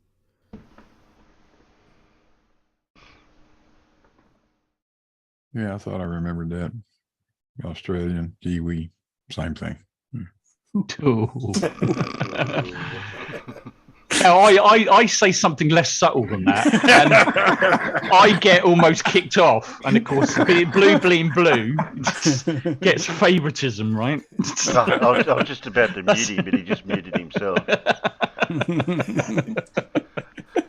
Yeah. Okay, I'll show myself out. Yeah, I think that's your coat over there. Yeah. Oh dear. Yeah, I like how we got these breakout rooms, but I don't know how they work. I haven't tried it yet. Who played Bloody House? Come on, what was his poxy name?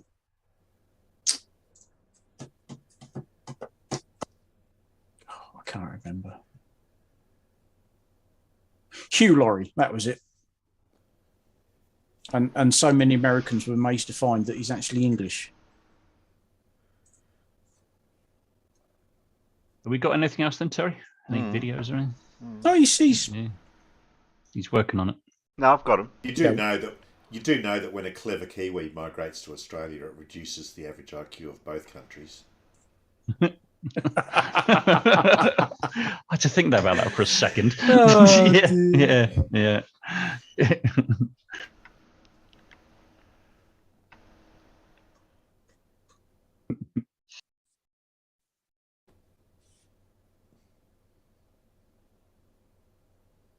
God, I must put plenty of fuel in him. He's still going for it. Well, he's still here in the F1s. Oh yeah. It's only when he gets to this end of the circuit. But could it be a test? Maybe they're testing maybe somehow. It won't be current F1 because obviously they're racing this weekend, so they're actually going through qualifying at the moment, and I don't think they're allowed to test. Sort of like certainly like this during the season. I'm not sure. So it's got all the makings of an F1 car, but not a modern one because they don't sound as good. Psychomania. Or somebody's hired the track, privately hired it to have a drive. Well, you do get all sorts out here. So, but there's no racing this weekend. So, yeah, the circuit's free. Terry, we know the answer to this question. So why are you playing this video? Well, it only goes for a minute and a half. Do ostriches really stick their heads in the sand? Ostriches are awesome creatures, aren't they? Up to 2.8 meters tall and the ability to run up to 70 kilometers per hour. They're actually the fastest two-legged animal on Earth and have a stride length of almost 5 meters. Amazing. But Why is it a common misconception that ostriches stick their head in the sand? I've seen it depicted in pictures, in cartoons, and even read it in books. Well, this one's not actually that easy to refute, because whilst ostriches don't stick their head in the sand due to fear or to hide from predators, not even ostriches that stupid, they do actually sometimes have their head in the ground. But why? Well, because ostriches are flightless birds, they can't make their nests up high or in trees. So they actually make their nests in the ground, in a small hole. And every now and again, an ostrich will stick its head in the hole and turn the massive eggs inside so that they are evenly heated. Now this may be why the myth started and why it's so often propagated. So there we go, ostriches do not stick their head in the sand, certainly not to hide anyway. I've been Simon Dan, this has been another Misconception Mini, and I'll see you next time. Subscribe here, definitely click that one, 100% click that one. And then more videos there, click that one as well if you want. They're there, so you may as well click them. That one's quite good, but you know. See half his bloody videos, him telling you what to click. Yeah. It's like some of these films you watch and you think, oh, good, there's still 20 minutes to go. The film finishes 5 minutes later, and there's 15 minutes of bloody credits. Ridiculous. Or you go right to the end and you can watch the outtakes. Or if it's a Marvel film, you have to go to about halfway through to get those little extra bits they like to drop in. So to speak.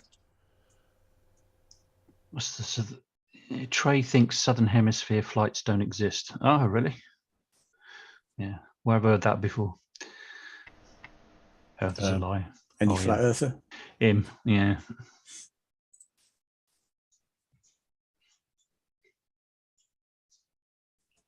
Terry? Yeah. Press play. Okay.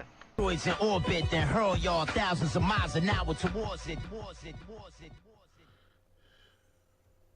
What's up, everybody? It's your boy Earth is Life, and I was watching this discussion between Derek Myth Vision and Professor Dave Explains, and this guy Trey calls in and he asks Dave about the Southern Hemisphere flights. I guess Trey doesn't believe that these flights exist because he says he's tried to purchase the flight and he couldn't.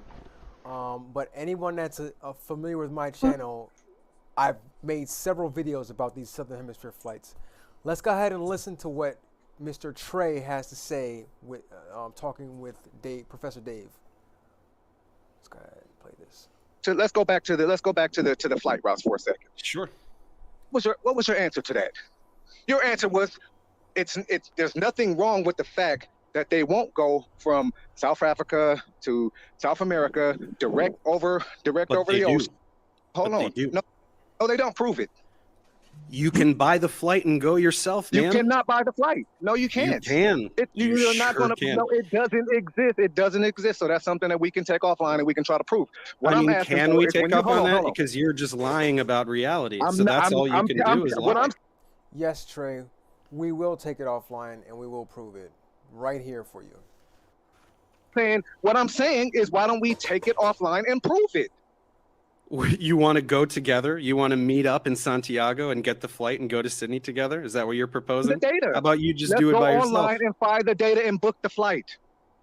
All right, let's do that. He said go online, find the data, and book the flight.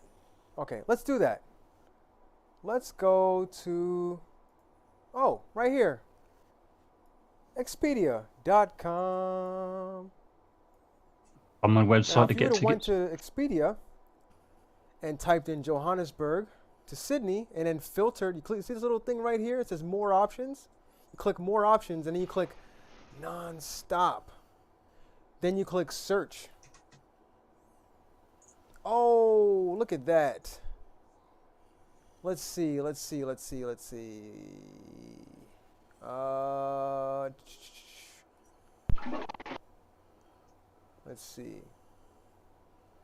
Non-stop. Here we go. Johannesburg to Sydney. Leaving on Sunday. I'm sorry, leaving on Monday. What day is that?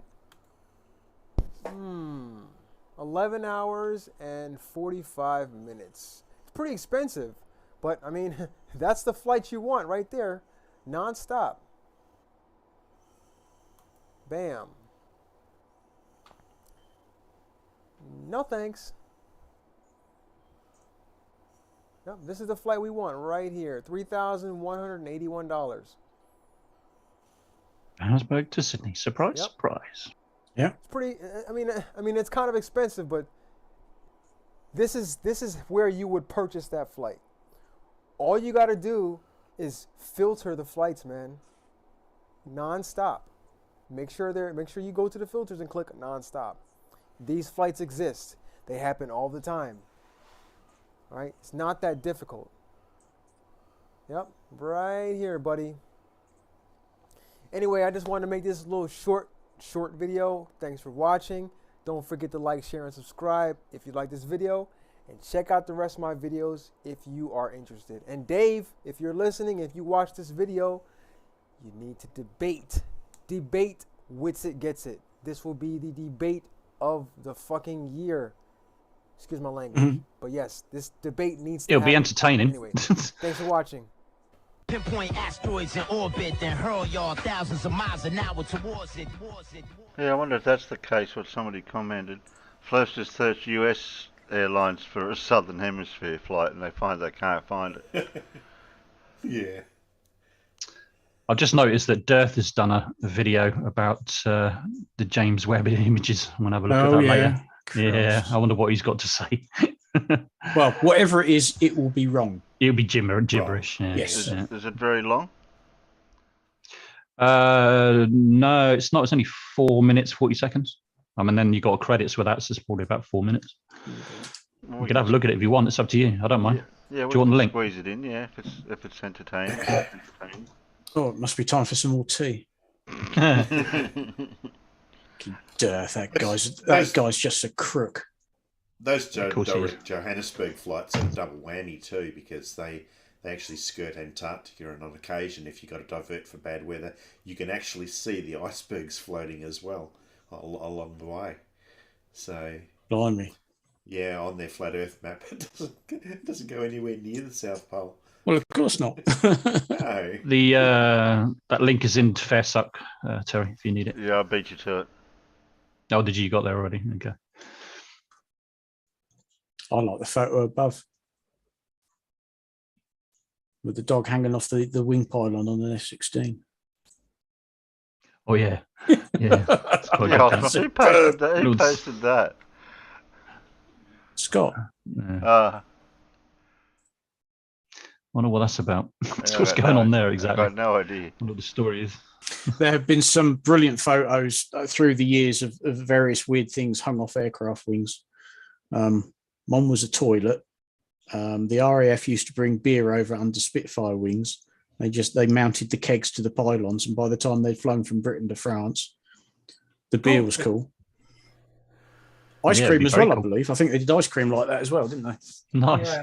That wasn't just Spitfires. That was but Typhoon, not all the ground attack stuff. Yeah. Oh, good man, Irish. Thank you very much. Yeah, let me click on that. I'll save that for later. He's a good. Oh no, not in here. Oh, for fuck's sake.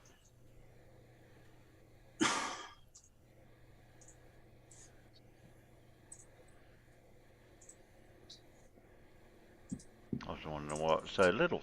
Oh dear. I haven't seen this video, so I've no idea what. This is going to be painful. But that's not David Weiss anyway. That guy, is it? No, that ain't. I don't know who that is, unless he's copied somebody else's video, perhaps. I don't know. Oh well, they do that, don't they? They just get hold of somebody else's stuff and.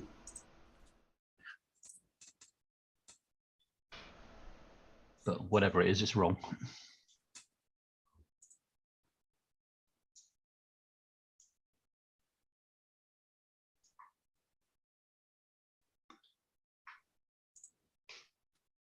Probably, I'm going to take a guess. He's probably saying something on the lines of, "It's really not that great, is it? And it's easily faked," or something on those lines. CGI. Yeah. Yeah. Matt, Yes, Terry. press play. Press play then.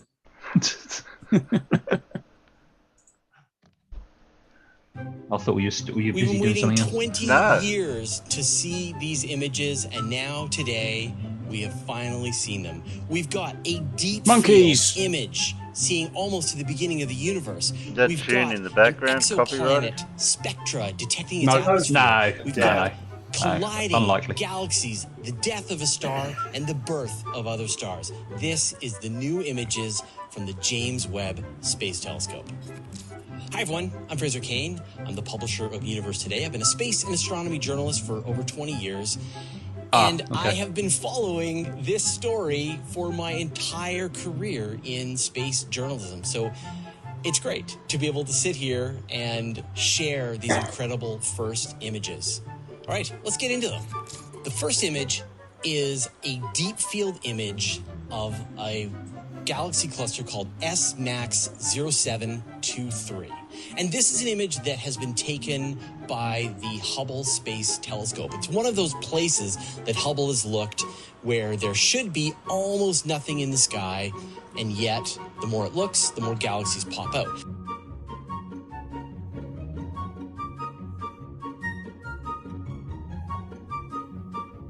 How did he show It's one of this? those places Yeah, that Hubble has looked where there Oh, should Jesus be almost Christ. nothing in the sky, and yet the more it looks, the more galaxies pop out. But the thing that's really important is that we've got this fairly large galaxy cluster sitting in the middle of the image. Now, the light from this galaxy cluster has been traveling to us for about 5 billion years. Says you. Let's see what we can do using an iPad, an iPhone.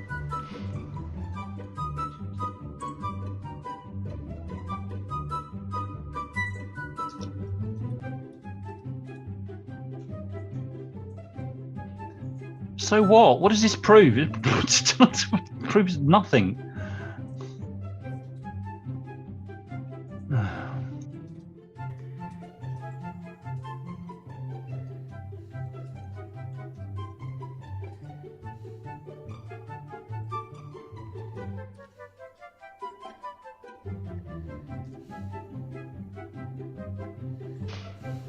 I'm gonna be here for a while.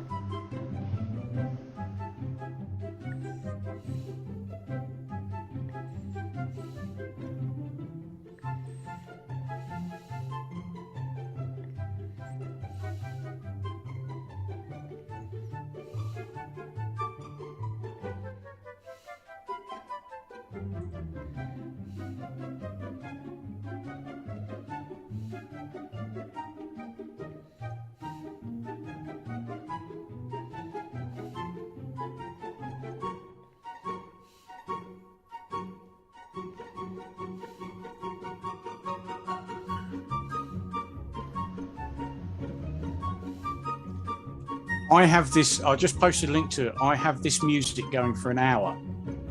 What I sometimes like to do is when I'm listening to these flat earth idiots is I play this on my PC in the background.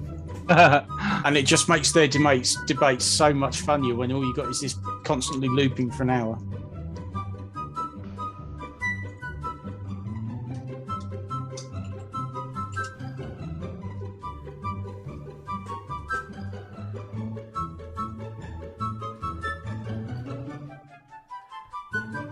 No, that's it.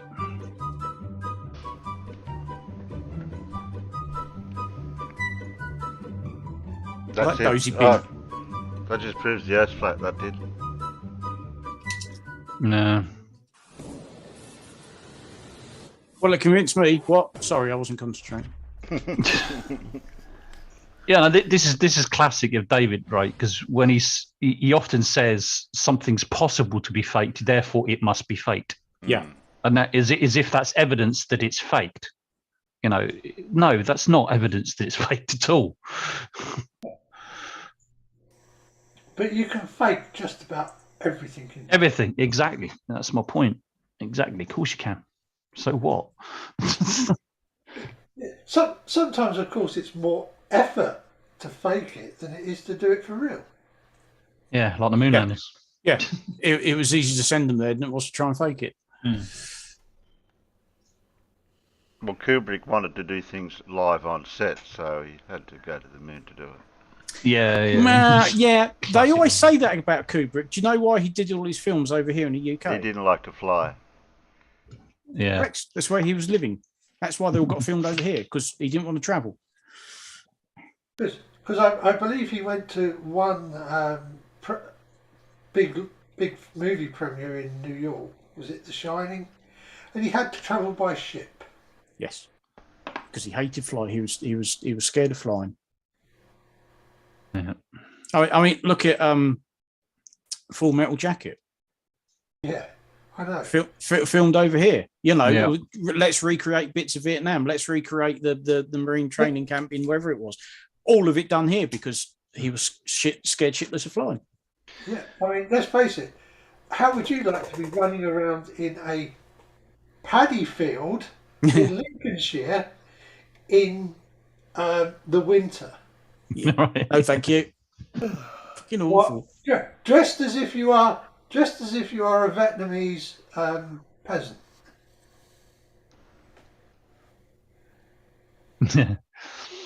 While somebody flies an RAF Wessex over you, firing an M60 out the door.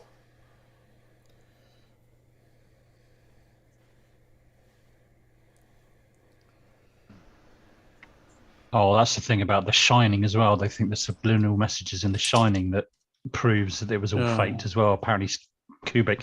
This is what one of the things they got room 237 right, because apparently the moon is 37,000 miles away. Well, it isn't. No, it's not at a constant distance, is it? Matt, it is sometimes. Well, it is sometimes, yeah, but only for a short period of time, right? Because I mean, it goes up to what, 252,000 miles at one point.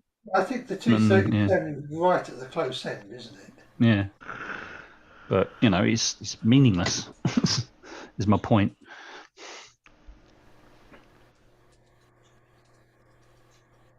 And surprise, surprise, a guy that's wearing a jumper that's got Apollo 11 on it, like a couple of years after the Apollo moon landings had finished. Oh, wow, that's amazing. Yeah, yeah.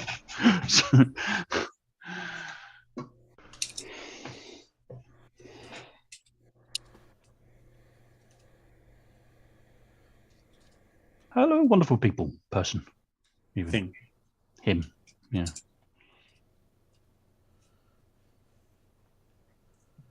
Terry? Yes, Matt. Press play. Over the past 2 decades, the International Space Station has taught us one important lesson. Collisions with micrometeorites are completely unavoidable and happen all the time. And we've discussed some of them, some of the bigger ones, here on the channel, even as recent as just a few months ago. Which is exactly why, when the scientists were planning the James Webb Telescope mission, they've anticipated the amount of various collisions the telescope is going to be receiving over the next few years. And so the original designs of the telescope anticipated a lot of the changes over time and the degradation in the quality of the images because of the collision with various tiny pieces of rock, various micrometeorites. But what the scientists did not anticipate is a slightly larger in size micrometeorite that actually did collide with a mirror only a few months ago. Hello wonderful person, this is Anton, and today we're going to be discussing yet another part from the report that was recently published, and that as always you can find in the description below, that goes through some of the more detailed analysis on the somewhat unexpected effects the recent collision had on the main mirror. In other words, even though the scientists anticipated at least one collision per month, that's slowly going to degrade the mirror over time, this right here seems to be an outlier, and it's a much bigger outlier than anyone predicted. And so, let's discuss this in more detail, talk a little bit more about the facts about these collisions, and what the scientists are going to be doing in the future to prevent this from happening. So first of all, we know that this particular collision did not really affect the telescope that much. These images that were recently received, the images we discussed on the channel several times now, were essentially produced after this collision. Which implies that the telescope still functions as intended and is going to be working as intended for many months and many years to come. We also know that since the original launch a few months ago, the telescope has already received at least 19 tiny collisions from various micrometeorites smaller than a grain of sand in size, with 6 of them leaving marks behind which are slowly causing the effects on the telescope, but not dramatic enough to change anything for the next few years. Nevertheless, it means that at least once a month there's going to be one collision somewhere on a telescope. Very likely similar to what you see right here, leaving just a small mark behind, but over time this might actually start adding up. And so if the mission lasts for at least 10 years, we can expect at least 100 of these collisions, and very likely a lot more. But when the NASA engineers were building the telescope, they've conducted very thorough tests on the mirrors, even hitting them with various samples, simulating various collisions from micrometeorites. In other words, these collisions were expected, and the telescope was tested before it was even launched. On top of this, the design itself involves materials that generally withstand extreme pressures and temperatures really well. For example, the individual pieces of the mirror are actually made out of beryllium, a very light and a very strong material that's usually used in aviation for various supersonic flights and has even been used in space shuttles, with the rest of the mirror designed and polished so extremely well that the telescope actually has accuracy much higher than needed for the actual mission. Or in other words, it was designed to actually be a little bit more accurate than it needs to be.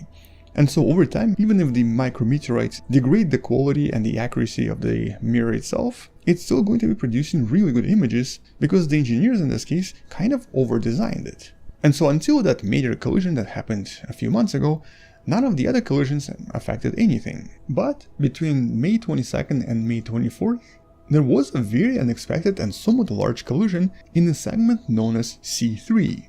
A collision that seems to have affected the performance way more than anyone expected. And in this report we even get the actual numbers and the actual visual representation of what all of this means. So in terms of the accuracy of the mirrors, the performance of the telescope is measured by the amount of various deformations from all of the starlight hitting the telescope, with the smoothness of the mirror being responsible for the accuracy. So if the mirror is extremely smooth, as it was originally, the amount of deformation of the light is only going to be in like 5 to maybe 10 nanometers in size, which is just a little bit thicker than the thickness of the DNA molecule. And so when this mission began, the level of wavefront error was approximately 56 nanometers. You can kind of see that some of the mirror segments had a slightly larger error, but the majority were more or less the same. But following the impact on May 22nd to May 24th, the error jumped up by about 5 times. Right after the impact, it was approximately 258 nanometers, which was much higher than anticipated even after years of operation. But because we have 18 mirrors, it is possible for the scientists to average all of this out, and it's also possible to move each of these segments individually, readjusting and averaging out the overall errors. And so following a major readjustment, they were able to reduce the error in the C3 mirror down to 178 nanometers, but still approximately 3 times higher than it was before. And unfortunately, this also decreased the overall capability of the telescope by a tiny amount. Right now they believe that the average error has increased to approximately 59 nanometers, which is about 10 nanometers above the previous average that the telescope was experiencing. Which is of course why it was possible to produce all of these beautiful images, and why the telescope is still going to be functioning for many years to come. But there is of course a small concern here. The concern in regards to this particular impact. Because of the size of the particle and the speed with which it was moving, it's currently completely unexplained. Based on previous statistical analysis, nobody expected such a large piece to ever affect the telescope, especially so early on. And since James Webb is orbiting pretty far away from anything, and we don't really expect a lot of fragments or a lot of pieces of micrometeorites in this region, it adds a little bit to the mystery of what exactly caused this, and also raises a few questions about this particular environment and where all of these fragments are coming from. For all we know, maybe these Lagrange points, the stable points of orbit in the solar system, tend to capture other stuff, such as micrometeorites, which can then maybe collide with various missions that are also in this region. Or maybe there's a population of an unusually large micrometeorites that we never really knew about or never knew existed, and some of them might actually be in this region as well. And since the previous collisions with smaller objects have only decreased the overall error by about 1 nanometer, the fact that this one collision managed to take this mirror all the way to 250 nanometers of error is definitely completely unexpected. And so the question now is, well, was it just an unlucky event? Or is this something that's going to happen again? And if it happens again, it means that the scientists will need to recalculate the overall number of collisions we usually expect for various interplanetary missions. That of course also includes a potential Martian mission which might even have astronauts on board. In other words, this is actually really important for any potential crewed mission that might one day visit other planets. Which also means that the James Webb Telescope has officially now acquired a new mission, measuring the number of impacts of larger pieces in this particular region. Chances are that even after a few of these collisions, it's still going to function and it's still going to be producing beautiful images, but calculating the number of these collisions and, more importantly, figuring out if this is going to be a problem for other missions, that's of course something that the scientists did not really anticipate originally. But despite all of this, the observatory is still working fine. As a matter of fact, it's working better than expected. With this report even mentioning that there were actually 344 different points of failure that were anticipated by the engineers and the scientists, with most no longer being an issue, with the majority of the problems related to various instruments. But chances are, even if one of the instruments fails, the mission is not going to stop. As a matter of fact, the telescope includes a lot of redundancy and can actually operate even if the majority of the instruments and the majority of the parts fail for one reason or another. So yeah, this mission has been designed pretty well. Which is a bit of a contrast with the original Hubble telescope launch, which created a bit of an embarrassment for NASA, because for the first few months, the telescope was unable to produce clear images. This was a bit of a failure. James Webb, on the other hand, is almost the opposite. And so really the only issue the scientists have faced so far is this unusually large collision, which nobody anticipated. And so because of this, the scientists are now planning for the telescope to avoid these during future passages through, for example, various micrometeorite dust fields that often cause meteor showers on the planet. And so during that time, the scientists think they can actually turn the mirror itself, pointing it sideways toward the direction of movement, in order to avoid future damage or direct hits from various micrometeorites. But for now, for the next few months, nothing major like this is going to be conducted, and the scientists are just going to wait and see if maybe, just maybe, this particular collision was just an anomaly. It might never happen again, and the telescope might only receive the expected one collision per month. A tiny collision that's only going to decrease the overall sensitivity by just 1 nanometer. But I'm sure we'll have more updates before the end of the year, and so I'm going to be following this up with another video sometime soon. Subscribe, share this with someone who loves learning about space and sciences, come back tomorrow to learn something else, and support the channel on Patreon by joining channel membership or by buying the wonderful person t-shirt you can find in the description. Stay wonderful, I'll see you tomorrow, and as always, bye bye. Bye-bye. Bye-bye. So who'd have thunk it? They heavily over-engineered it and over-specified it so that it could get whacked by shit and still work. Yeah. Because they predicted that would happen. Who would have thunk they would have bothered to do that? I know, right? I know, right? Engineers over-engineering stuff. I've never heard the like. Never heard that. And yes, truth nerds, it's lucky that the bug's only been managing to fling micrometeorites at us so far. I get Would you the like reference. to know more? I get the reference. Talking about over-engineering farms, like boy. to, My, would you like to see more? I've gone. Yeah, Yeah, let's see more. Let's see more. Sorry, Seymour? Matt. Who's Seymour? Seymour Butts. Who's Seymour? Seymour? I don't know who that is. Where are you getting Seymour from? Who's he? I don't know. Well, I was asking you, who's Seymour? Waiter, can we have another conversation, please? This one's gone off. Now, where did that come from? No, I was just going to talk about over and engineering. When my my dad and my uncle decided they were my uncle was gonna help my dad build his new shed. Yeah.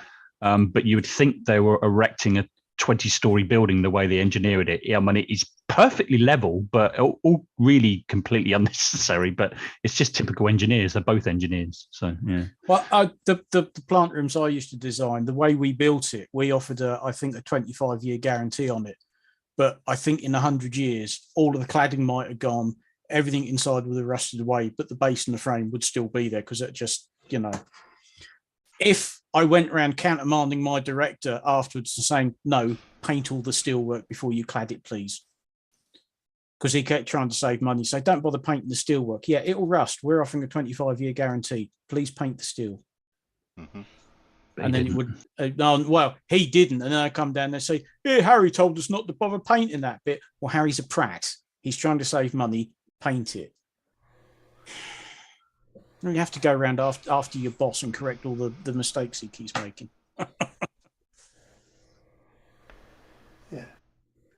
Yeah. Oh, yeah. Better not to have to do warranty work at 19 years in, isn't it? Correct. I know the biggest thing, it was the biomass boiler rooms that we used to make, and the back half would be the fuel store, and everything, the entire fuel store inside was sheet steel, but you had to insulate it. And he thought that if he didn't bother painting it because it just had this insulation glued to it, it would be fine. I said, no, you've got to paint everything first. You can't be putting bare steel basically out in the field for 25 years and expecting it not to rust. That doesn't happen. In fact, within a year or two, you'd start seeing rust. But he thought if he could save a few quid in, a few quid there, no, doesn't work like that. Farmer, he's probably thinking, oh, it's only a bit of paint, won't bother. Yeah. Farmer, can you explain what a Ducati Desmodromic valve timing is? Yes, that's a system whereby it mechanically opens and closes the valve. It doesn't rely on springs. Not as complicated as pneumatic valve operation in Formula One engines. Opening and closing the valves using compressed air. So you don't have to rely on cam timing because there is no cam. If you want to look at over engineering, go and look at an F1 car. Yeah, but they are made. A lot of other places. Well, they are made to high tolerances as well. Yeah, Yeah, but desmodromic. If you've got a camshaft and traditionally you're pushing a valve down and it relies on a spring to close the valve again. Well, the desmodromic drive didn't. It mechanically opened and closed the valve.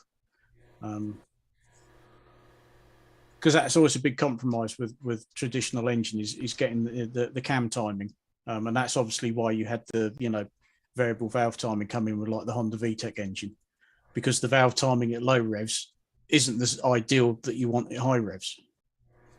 But if you can get rid of the cam altogether and control it in a different way, but it does tend to make things complicated. More points of failure. Yeah. Simplicity is usually the key, because the simpler it is, the less chance there is of things going wrong. But that always keep it simple, stupid. Yeah. But if you're striving to get the maximum amount of horsepower, I mean, take an F1 engine now, they're a 1600cc engine, and with all the other systems as well, they're making nigh on 1,000 horsepower.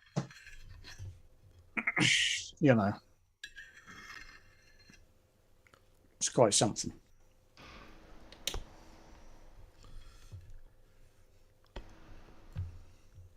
Look, Scruffy Bugger ain't even had a shave. Who? Let the standards go. Well, he's training for a mega marathon, isn't he? He probably hasn't got time. And mind you, I had one of these online meetings. I think it was yesterday morning. And of course, we all go in, and the mics are on, the cams come on, and I look at myself and I went, "Oh bugger! I forgot to shave." It was quite visible as well. Oh well, never mind. Well, at least you were dressed. Yes. Well, you can see. No, wait a minute, I'm going to be on camera. I better make sure I've got a shirt on. Exactly. No, some of them, they're working from home and they've actually got shirts on. It's like, guys, you're at home. You don't have to dress up, Yeah. just sling a t-shirt on. You'll be fine.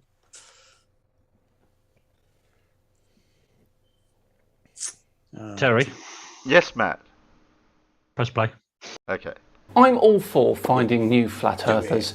The quicker we can find them, the quicker we can debunk them and hope they go away. So imagine my delight when I find a super confident flat earther on TikTok by the name of Jenny Rose. It appears she's on a mission. Oh God, yeah, I know. We're here to stop her. It's a nosy hairdresser.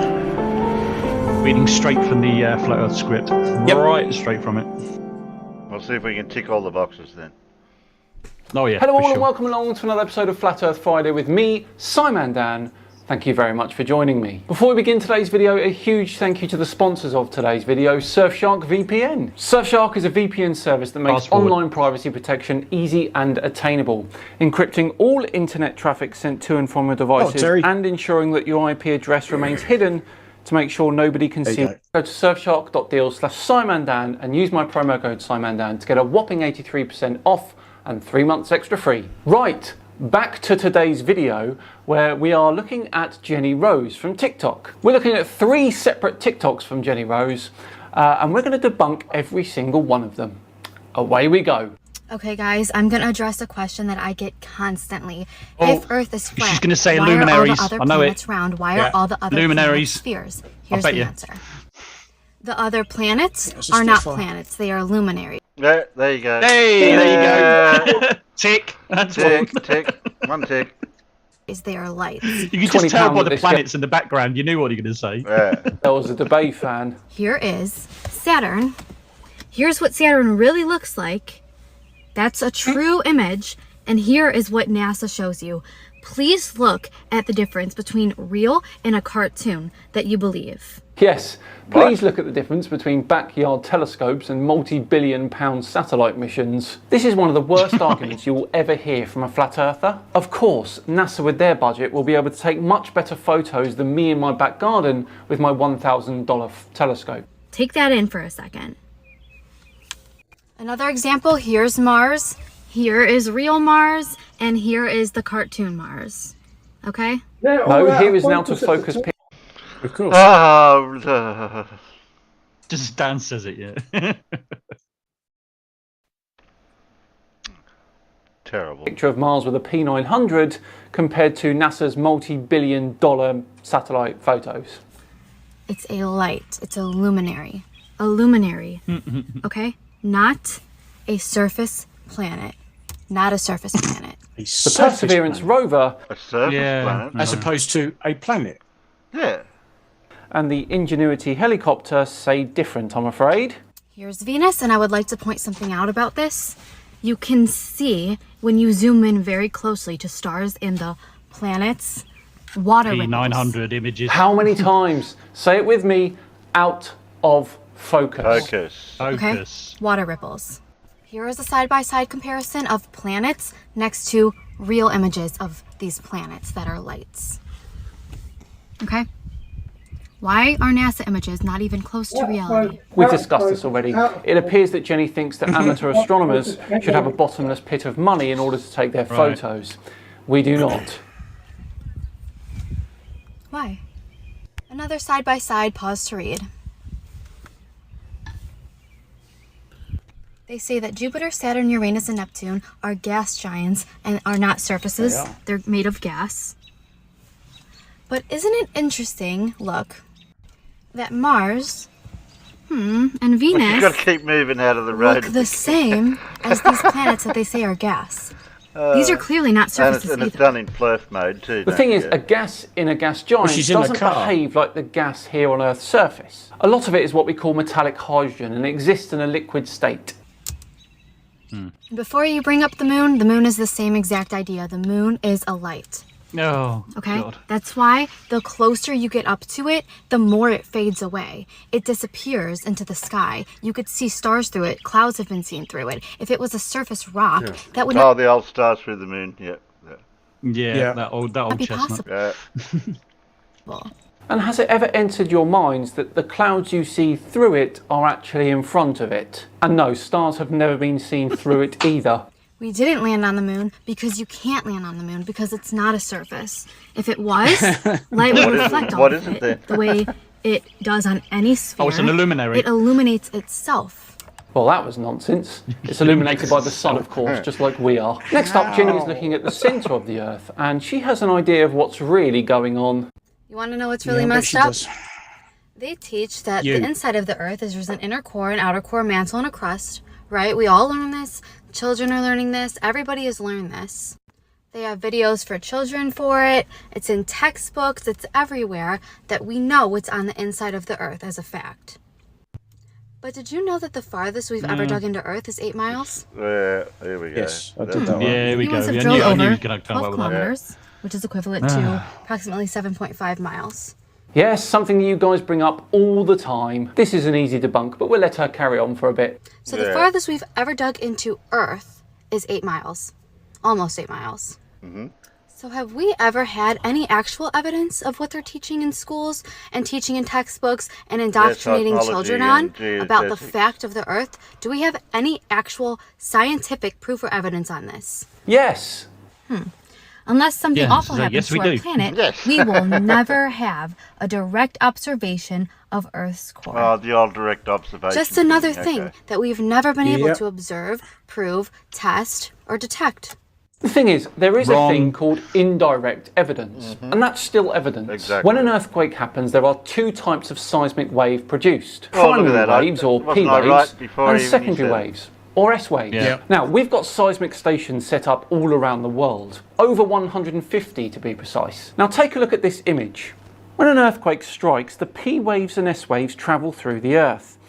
Depending on where the epicenter is, some of the stations will not pick up any S waves at all, predictable. because I think S waves do not travel through Earth's core.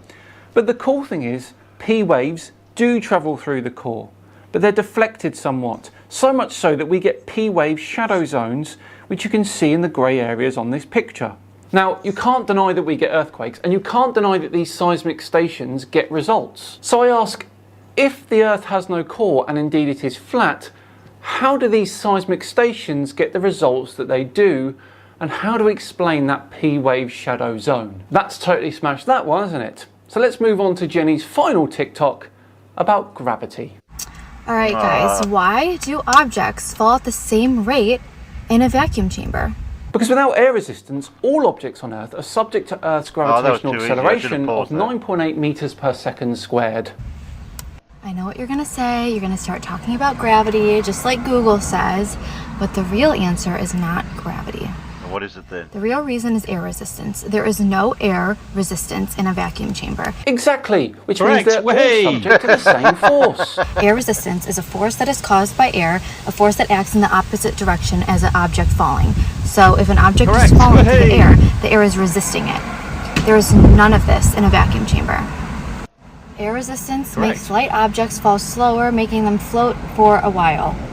Here's an example. When a feather falls, it falls slowly because the air is in its way. If you dropped a feather and a golf ball at the same time in a vacuum, a space with no air, the feather would drop as fast as the golf ball because of a lack of air resistance. There is no air resistance in a vacuum chamber. It has nothing to do with gravity. Because there is an intrinsic down direction caused by the gravitational pull of Earth.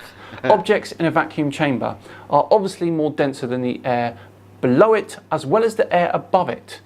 So why doesn't it move up or sideways? It's that intrinsic direction of down caused by gravity which makes them fall. Gravity is the most irrelevant, unnecessary thing. And let's not forget how much we love symbolism. Let's not forget what year gravity was discovered. Okay, of course, it was 1666. Nope, I postulate that it's more like the mid-1680s when Edmund Halley gave Newton the final piece of the puzzle that he needed. Of course. Now I'm going to play a video for you of an electric engineer from 1974 that debunked gravity. That speed, that wheel has enough energy to throw itself 200 feet in the air. Did you notice that as it went round in a circle, there was no centrifugal force trying to pull my arm out sideways? Let's just do it once more. To save time, we've already spun it up. So here goes 40 pounds of wheel as light as a feather. This is not a conjuring trick. This is a fact of science. Watch it again carefully. A fact about a spinning wheel.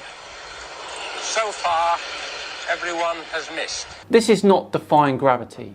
This is a spinning wheel with a very high amount of angular momentum, which means it can keep its angular position with respect to an inertial reference frame. That's physics. Notice how he said it's a fact of science. A fact of science. And remember, the definition of science is to study through observation and experiment, which is what he did. Also remember, gravity is a theory, not a fact. And let's not forget what a theory is. No, another person who doesn't understand scientific theory. Very, very poor. Well, I've had quite enough of Jenny Rose for one day, haven't you? I'll be keeping an eye on her TikTok though, do not worry about that. We must make sure she doesn't release any more stuff that goes unchecked. She is very confident and has a bit of a following. Right, well there we go, another Flat Earth Friday, all done and dusted for another week. Thank you so much for watching. If you enjoyed it today, please do consider subscribing to the channel. As I always say, we're really pushing for that 500,000 subscribers now. And of course, if you enjoyed this particular video, hit the like button as well. Just enough time to once again thank Surfshark for sponsoring today's video. Remember, hit the link in the description or go to surfshark.deals. Very amateur. She got half a ton. Very amateur. She's got half a ton of makeup on. I know that much. I wonder if she's actually got any skin under there. What's the betting? 90% of her followers on TikTok are men. What's the betting on that? Weighs a whole load of makeup, shows a bit of cleavage, reads from the Flat Earth script, gets a following because she's a pretty little thing to look at, right? Just the makeup is enough to put me off, let alone the fact she hasn't got a brain in her head. Yeah, exactly. Yeah. Red Mark II then. I bet if you actually got in front of her and actually drilled down into what she's talking about or what she thinks she's talking about, she hasn't got a single clue. Yeah. Yeah. What? Go on, farmers. Give us your CHL. Oh God, which one do you want? Oh, just... Off the charts. Come on, do the batshit crazy too. Do the batshit crazy. Well, he just says batshit crazy. It's a long time since I must go back and watch some CHL again. I have to admit. I did have a compendium of some of his best sayings. Yes, Elmix, the lights are on, but nobody's home. Quite. Yeah. I find intelligence more sexy than a vaguely pretty face, if there is one under there somewhere. Yeah, I agree. The lights are on. It's more like a brown hat. It's a brown hat. A full sandwich short of a picture. Oh God, yeah. A few trees short of a forest. There's a bloody Spitfire flying around out there as well. Git. Where? Tell you what.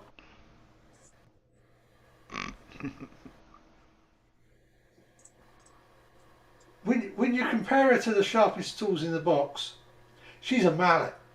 Definitely.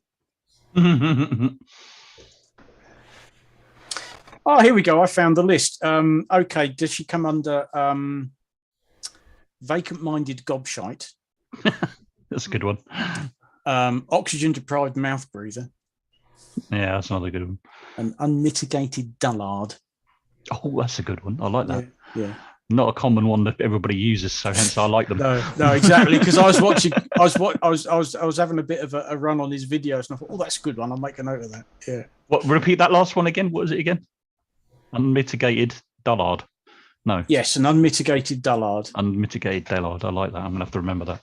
And of course, he just called all of them Cletus. What's the female version of Cletus? I can't. Arlene, is it? I can't remember. It doesn't come up very often. I haven't made a note of that one. Charlene. Transparent fecklessness. Yeah. I just looked up the word dullard. It just means a slow or stupid person. That's perfect. Unmitigated, in other words, cannot change it. Despite being able to dress themselves and turn their phones on, there are some people who are silly enough to think the Earth is flat. I think it's his girlfriend, Charlene, at her job waitressing in the topless bar.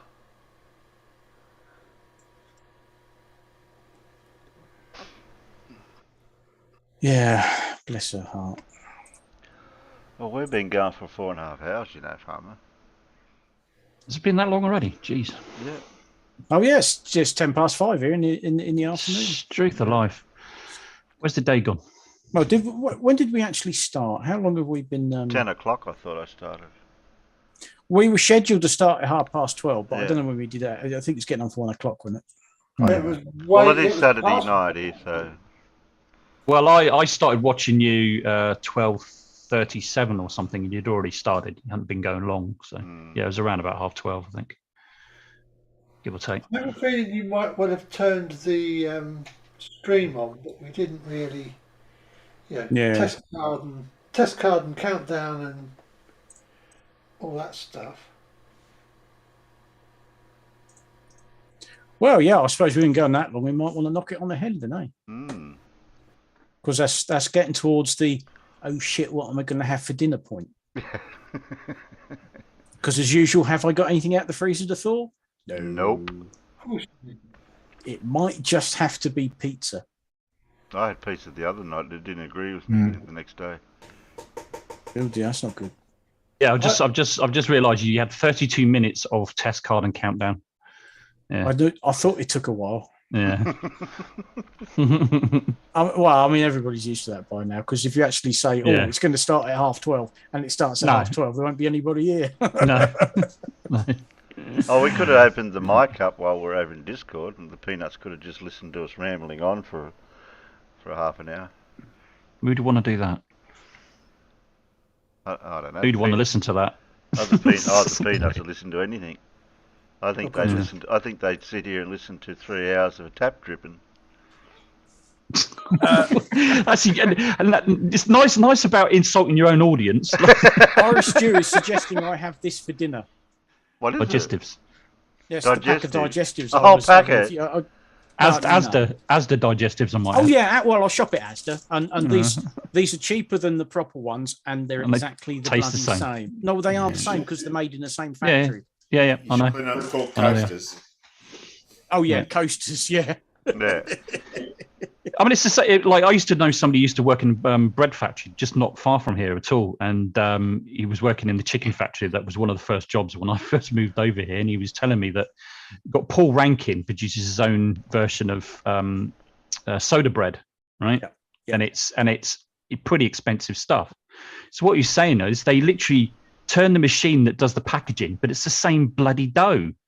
And then it's like Tesco's own or something, which is like a fraction of the price, but it's the same freaking recipe. You know, I used to know somebody who was a manager in one of these plants where they made breakfast cereals, and he said, you know, the own brand and then the Kellogg's ones and all they're all the bloody same.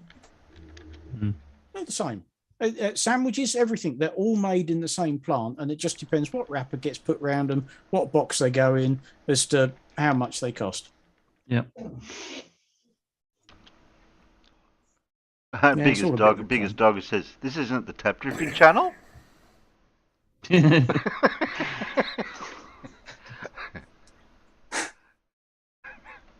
That used to be where I'd find one of my cats. If there's a dripping tap, there'd be a cat underneath it going. Squeak used to do that. She loved it. Well, actually, now Glover Mum said that. I bet a tap dripping channel would do quite well on YouTube. I might test that. See how many views I get. I'll just sort of continuously looping a dripping tap. 10 hours of uncut dripping tap. Yeah, just tap dripping. Yeah. See how many views I get. Yeah. I'll have to get a dripping tap and put a camera on it though for 10 hours or 12 hours or whatever. Yeah, well, like you said, you just loop it. It'll be live. Yeah. It'll have to be alive. Yeah. You might have to interact with it every now and then to prove it's live. Well, didn't Ranty say something 1,000 times on a yes. video? Yes, and it wasn't just cut and copied. He actually sat there and said it. Said it 1,000 times. Yeah. What was that? I missed that. What was that about? The hell was that? It was just a statement that he kept reading out, wasn't it? And I can't think what it bloody was now. So why did he do it? Is more the point. What he was making a point. And God, what was it? I can't remember. I'd have to go back and have a look. But yeah, but he did. He'd sort of say, "Oh, I should read this out." Excuse me. So I mean, it was something silly like 1,000 times. And we all thought, oh yeah, he'll just say it and then just copy and paste it. And No, he sat there and read it out every single time individually. Wow. Yeah, I spotted that, Elmigs, because whilst we're doing this, I don't have Discord open, but I will go and watch that. Thank you. A tour of a submarine. Ickle one. There used to be one in Duxford. They had one of the X-class midget submarines cutting through and then pulled apart so you could look inside it. But that's probably in a different Imperial War Museum now because they like to move things around. That's it. Well, is it Duxford? I thought. Well, I just got a funny feeling the last time I went to Duxford, I couldn't find it, but it could have been sort of. Last time I was there, it was in the hall with the Bembridge lifeboat. Yeah. And a very weird motor torpedo boat that was used to win a Victoria Cross. That's the one. Oh, hello. What's going on here? Yeah, well, that. Bored soldiers. Anything for a beer. Anything for a yeah, beer. anything for a beer. He's going to have to be quick. Yeah. It's a trap. Yeah, it's a trap. Yeah, yeah. I didn't get that bit on it. Yeah. What's Brainery got over there too? What's that for? I can't read that. Oh, telling flat earthers 1,000 times they are wrong about gas pressure. He's just got the link. Oh, well Oh, done. Well done. here we go. And he does. He actually, says it 1,000 times. Somebody's helping you out. How to fix a dripping tap.